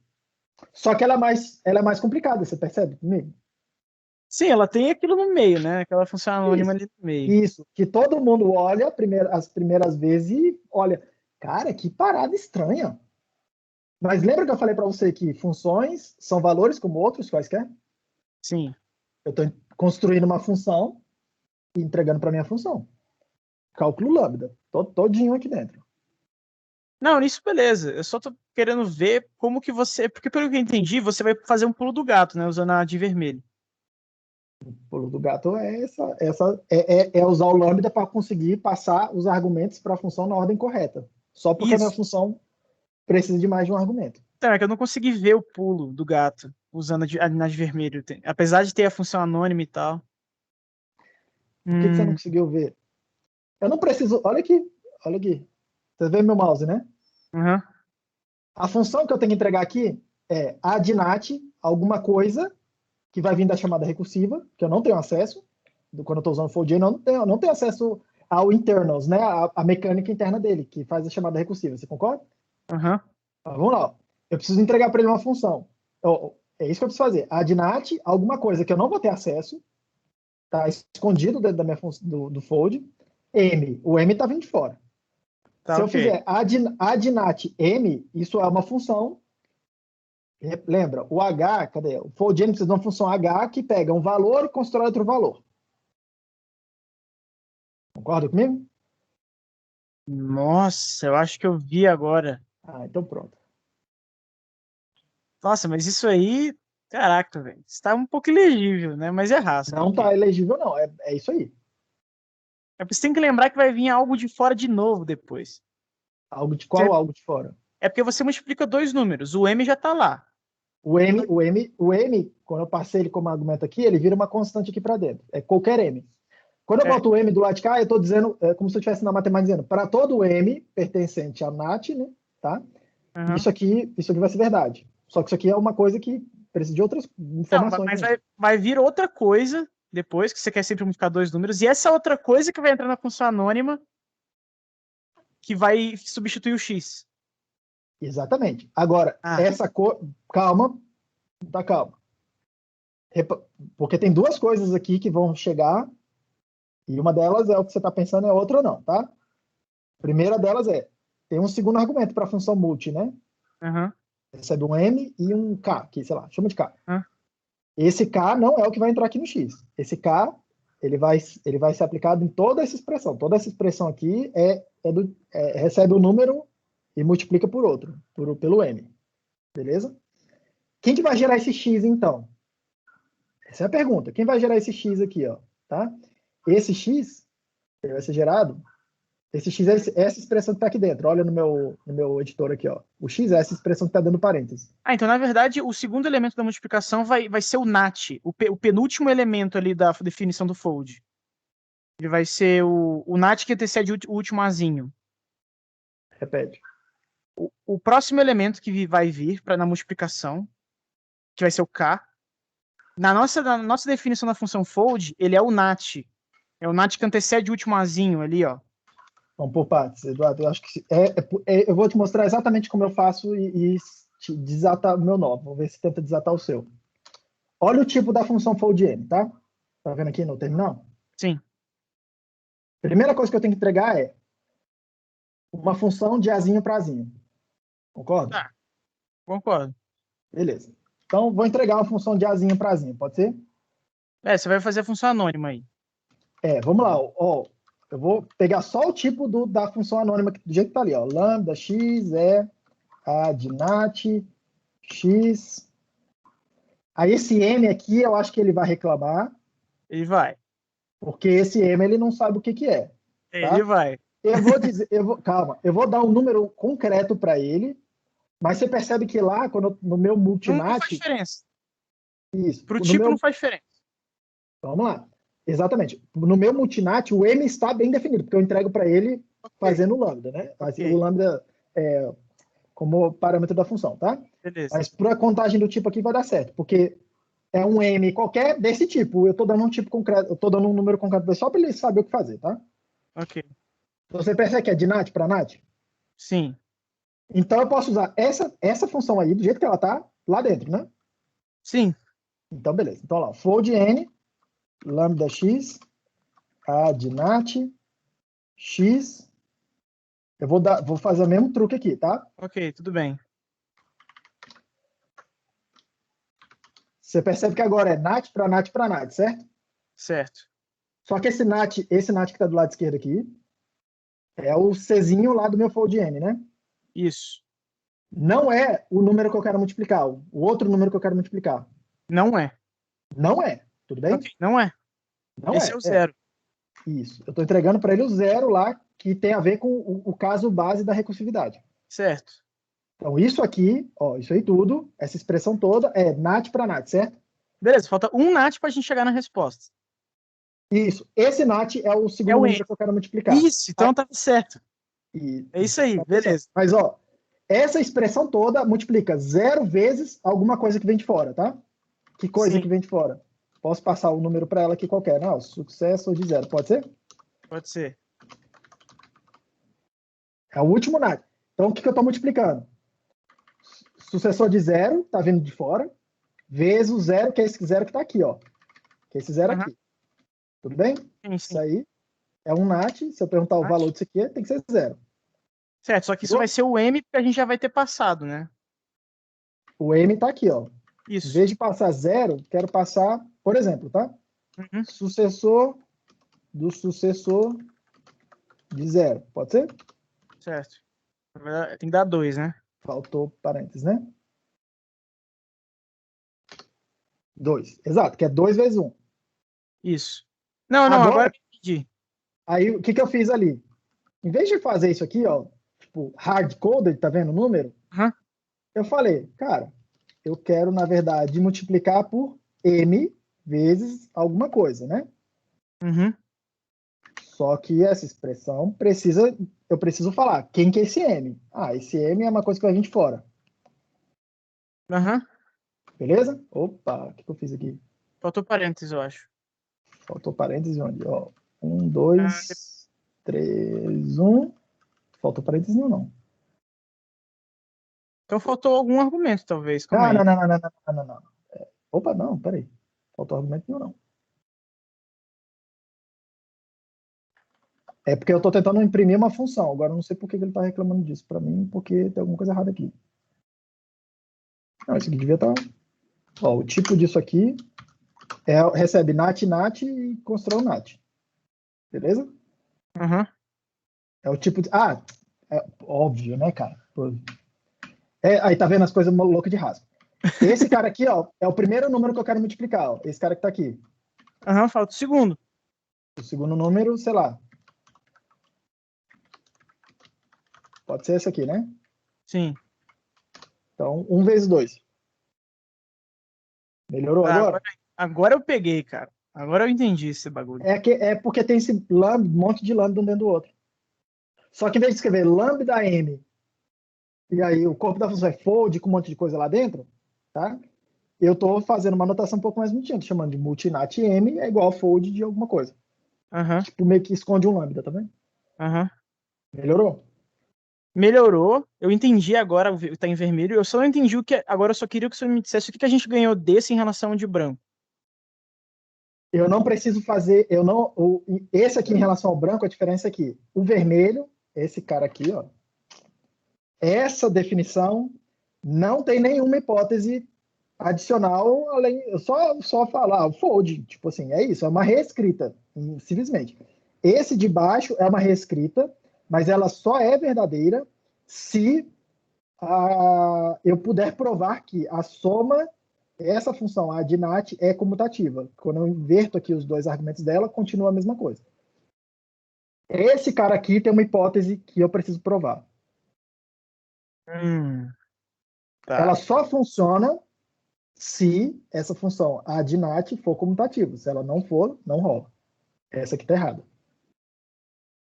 Que é o que está na minha nota de aula, porque é o que está no livro. E aí, na hora que depois eu fui pensando para esta aula em particular, na hora revendo a minha nota de aula, o livro não fala nada sobre isso. O livro do Bird, tá?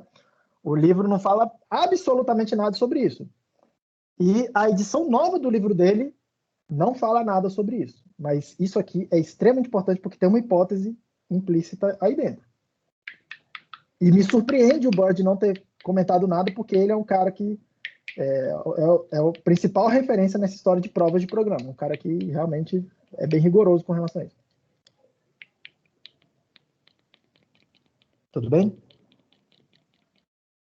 Agora eu acho que eu vi o que eu. Calma. Agora eu vi, cara. Agora eu vi. É Você porque a já gente. viu, está demorando para Não, sacar. não é isso. É porque antes a gente tava com um problema de que a gente queria unir o A de nat ao M pra gente poder juntar tudo numa função H só.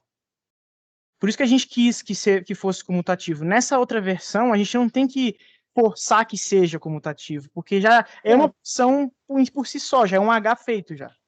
Exato. Tá. Então, beleza. Então, eu tô entendendo. O vermelho, essa definição assim, eu não preciso provar mais nada. É só uma reescrita das duas equações aqui. Ó. Beleza. Obrigado. Beleza? Beleza. Ai, cara. Então vamos lá, Eduardo. Assim, eu vou acabar comendo um pouco da aula, porque eu quero provar essa história do um teorema particular aqui, até para vocês poderem ler isso no final de semana. Eu já vou passar a lista que envolve isso daqui, e aí eu deixo a história de listas para a aula que vem, tá? Mas deixa eu gastar mais uns 10 minutos aqui, avançar um pouquinho, para falar dessa história do teorema da fusão, porque ele é extremamente importante, quero apresentar logo. Quem tiver já no adiantado do horário aí precisa sair e assistir na gravação depois, ok, pessoal? Sem nenhum problema em relação a isso. Então vamos lá. Eu quero provar um teorema aqui, Eduardo, aproveitando que você ainda está aqui, que ele fala o seguinte para mim, tá? Ele vai falar o seguinte para mim. F composto com fold n g, lembrando que g é uma função. Azinho é um valor. Isso aqui vai ser igual a fold n h b. H é uma outra função diferente da g, e o b é um outro valor diferente do a. Não necessariamente igual, tá? A gente vai... O que eu quero provar aqui para vocês é quais são as condições, o que tem que acontecer com f, g, h, a e b, que são esses parâmetros, de tal forma que essa expressão seja verdadeira, que essa igualdade seja verdadeira. Tá? E eu quero provar isso para todos os casos possíveis, tá? Sem nenhuma restrição. Então, o que eu quero fazer? E aí, lembrando, ok? F pontinho alguma coisa é sinônimo de F pegando o resultado dessa função aqui, tá? O problema de escrever do jeitinho que está aí agora, tá? É que fold NGA precisa de um argumento ainda, é uma função que pega um argumento x e constrói um outro valor, tá? Então, eu vou escrever da seguinte maneira para poder fazer a prova aqui do negócio, para ver se fica um pouco mais simples, tá? X igual a x. Então, o valor do lado esquerdo é igual ao valor do lado direito, tá? E eu quero provar para todo x. É isso que eu quero fazer. Beleza? Lembrando que esse x é do tipo NAT, tá? Que eu estou provando. Essa minha função fold-n funciona para os tipos naturais, tá? Então, vamos lá. Vou fazer indução sobre essa variável x aí. Eu quero provar que para todo x essa coisa é verdadeira. Então, vou induzir em cima do x. Então, vamos lá. O primeiro caso é o bottom, tá? Então, vamos lá. Primeira coisa, o bottom. Do lado esquerdo da equação, f.foldn GA bottom, ok? Eu olho lá no meu padrão do fold-n, e aí lembrando que a equação está aqui, ó, tá? Eu olho lá e vejo se esse padrão existe. Fold-n. G é o H, C é C. O bottom não é zero, não é o sucessor, então não está definido. Então, o que vai acontecer? Na hora de compilador, eu vou falar, o interpretador, fold-n de GH bottom, eu vou procurando nesses padrões e eu não encontro esse bottom. E o resultado disso, então, tá? Vai ser F de bottom, certo? Porque esse valor aqui, ó, o resultado disso aqui é bottom, porque esse padrão não está definido no fold-n, na equação que eu usei para definir ele. Tá? E do lado direito da equação, right hand side aqui, tá? Eu tenho fold n hb bottom, e é pelo mesmo argumento, tá? Porque não existe esse padrão lá nas minhas equações, o resultado disso aqui é bottom, tá? Na hora que ele tenta procurar esse padrão, ele não encontra lá nas minhas equações e deu ruim. É tipo, deu ruim, né? O resultado é bottom, tá? Então, primeira coisa que eu estou concluindo a partir dessas duas coisas. Para o lado esquerdo da equação ser igual ao lado direito, tá?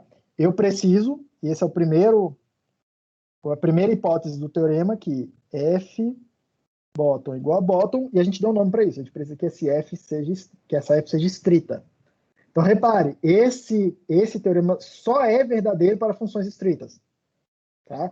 Para funções não estritas, que teoricamente são mais bem comportadas na nossa intuição, esse teorema não é válido, é um teorema extremamente útil. Tá? Segundo caso do zero. Então, do lado esquerdo da equação, eu tenho f.fold n g a 0. E aí, fold n g a 0 tem uma equação aqui, ó, na definição do fold. É a primeira equação. Tá? O resultado vai ser o Czinho, né? Que no caso aqui é A. Então, isso aqui é f de A. Lembrando que o ponto é isso aqui, né? Ponto é isso aqui, ó. Pá. Beleza? E do lado direito da equação, eu tenho fold n h b 0. Primeira linha da definição do fold, isso aqui tem que ser igual a b. Para os dois lados da equação serem iguais, então eu preciso exigir que f de a seja o valor b. Essa f mapeie o que tem os valores, tá? Azinhos para os valores Bzinhos que aparecem ali no teorema. Lembrando que esse Azinho, Bzinho é o caso base da recursão. Então, preciso que essa F mapeie o caso base de um tipo no caso base de outro tipo, inclusive. Tá? No mesma coisa. Tá? Ou no equivalente dele, no outro mundinho lá dos Bs. Lembrando que o A e B não precisam ser do mesmo tipo. Tá? Perceba isso. O A e B não precisam ser do mesmo tipo. Tá? Seguindo. o próximo caso, que é o passo indutivo, tá? Indutivo. E essa daqui é a minha hipótese de indução, e aí eu quero o quê? Do lado esquerdo vou ficar com, né? Fold N G A, sucessor de N. E aí isso aqui, repara, na segunda linha da definição do fold eu tenho esse padrão, então eu posso substituir. F vai ser G de fold N, G, A, N, pronto. E eu vou guardar isso aqui. Vou guardar isso aí, deixei quietinha por enquanto, tá? No lado, isso aqui é o left hand side, e no lado direito da equação, eu tenho o padrão. Fold HB, sucessor de N. A segunda equação da definição do fold diz para mim que isso daqui é igual a H fold N, HB N, tudo bem? E aí percebam aqui o seguinte, aqui provavelmente eu pulo o gato para todo mundo. Fold N, HBN é o padrão que está do lado de cá, ó, na minha hipótese. Eu estou partindo da ideia de que aquele padrão ali, ó, é verdadeiro e tentando ver o que acontece com o sucessor. Partindo da hipótese que aquilo lá é verdadeiro. Então, eu posso substituir isso aqui por aquilo lá, ó. Eu posso substituir usando a hipótese de indução, e aí eu vou ficar com H de F de fold N G A N, que eu vou dizer N, devia ter usado X, beleza? E aí eu quero que essa aqui seja igual àquela, tudo bem? Então olha só uma coisa, eu quero que os dois lados da equação sejam iguais. Chama isso aqui de K, chama isso aqui, ó, de K, tá? Chama isso aqui de K, porque é igual nos dois, né? Então o que eu estou dizendo é que eu preciso de F de G de K. K é um valor concreto. Eu preciso que isso aqui seja igual a H de F de K. Beleza? Para o mesmo K. Para o mesmo valor concreto, que já está ali bonitinho do lado da equação. Tá? Outra forma de dizer isso que é a forma que normalmente a gente escreve, F composto com G, lá no meu teorema, tem que ser igual a H depois de F. H depois de F. Tá? Então, repare, esse teorema, aquela equação lá de cima, é verdade se três condições forem atendidas. Quais sejam? A função f é estrita, f de Azinho leva para o Bzinho, tá? E f composto com g, repare, ó, f composto com g, tá? Seja igual a h composto com f. E muito cuidado que a composição não é necessariamente comutativa, tá? Então, F composto com G é primeiro pegar um valor, aplicar na G, depois aplicar na F, tem que ser a mesma coisa de fazer. Pegar um valor, aplicar na F, depois aplicar na H. Tranquilo? Se essas três condições aqui forem satisfeitas, essa equação é verdadeira. Tá? Essa equação é verdadeira. Tudo bem, gente? E o que ela está falando para mim, tá? Pô, isso aqui é uma forma de simplificar um pouco as minhas equações, tá? Depois a gente vê, na semana que vem eu vou mostrar alguns exemplos de utilidade disso aqui, tá? Eu queria chegar aqui porque, e aí o que é o interessante? Esse teorema vai ser verdadeiro para as minhas funções também, ó, adnat, multinat, expnat, se na hora que eu estiver reescrevendo elas, repare, ó, a adnat é fold n de alguma coisa. Fold n de alguma coisa, tá? Se eu puder reescrever esse alguma coisa, tá? Como sendo, que é o hzinho aqui, né? O sucessor, tá? Então, imagina que eu preciso aplicar uma função f. Se eu conseguir, de alguma forma, mostrar aqui h, que é o sucessor, que está aqui dentro, depois de f for igual a f e uma outra coisa aqui, depois de g, de uma outra função g, posso fazer essa reescrita aqui, ó.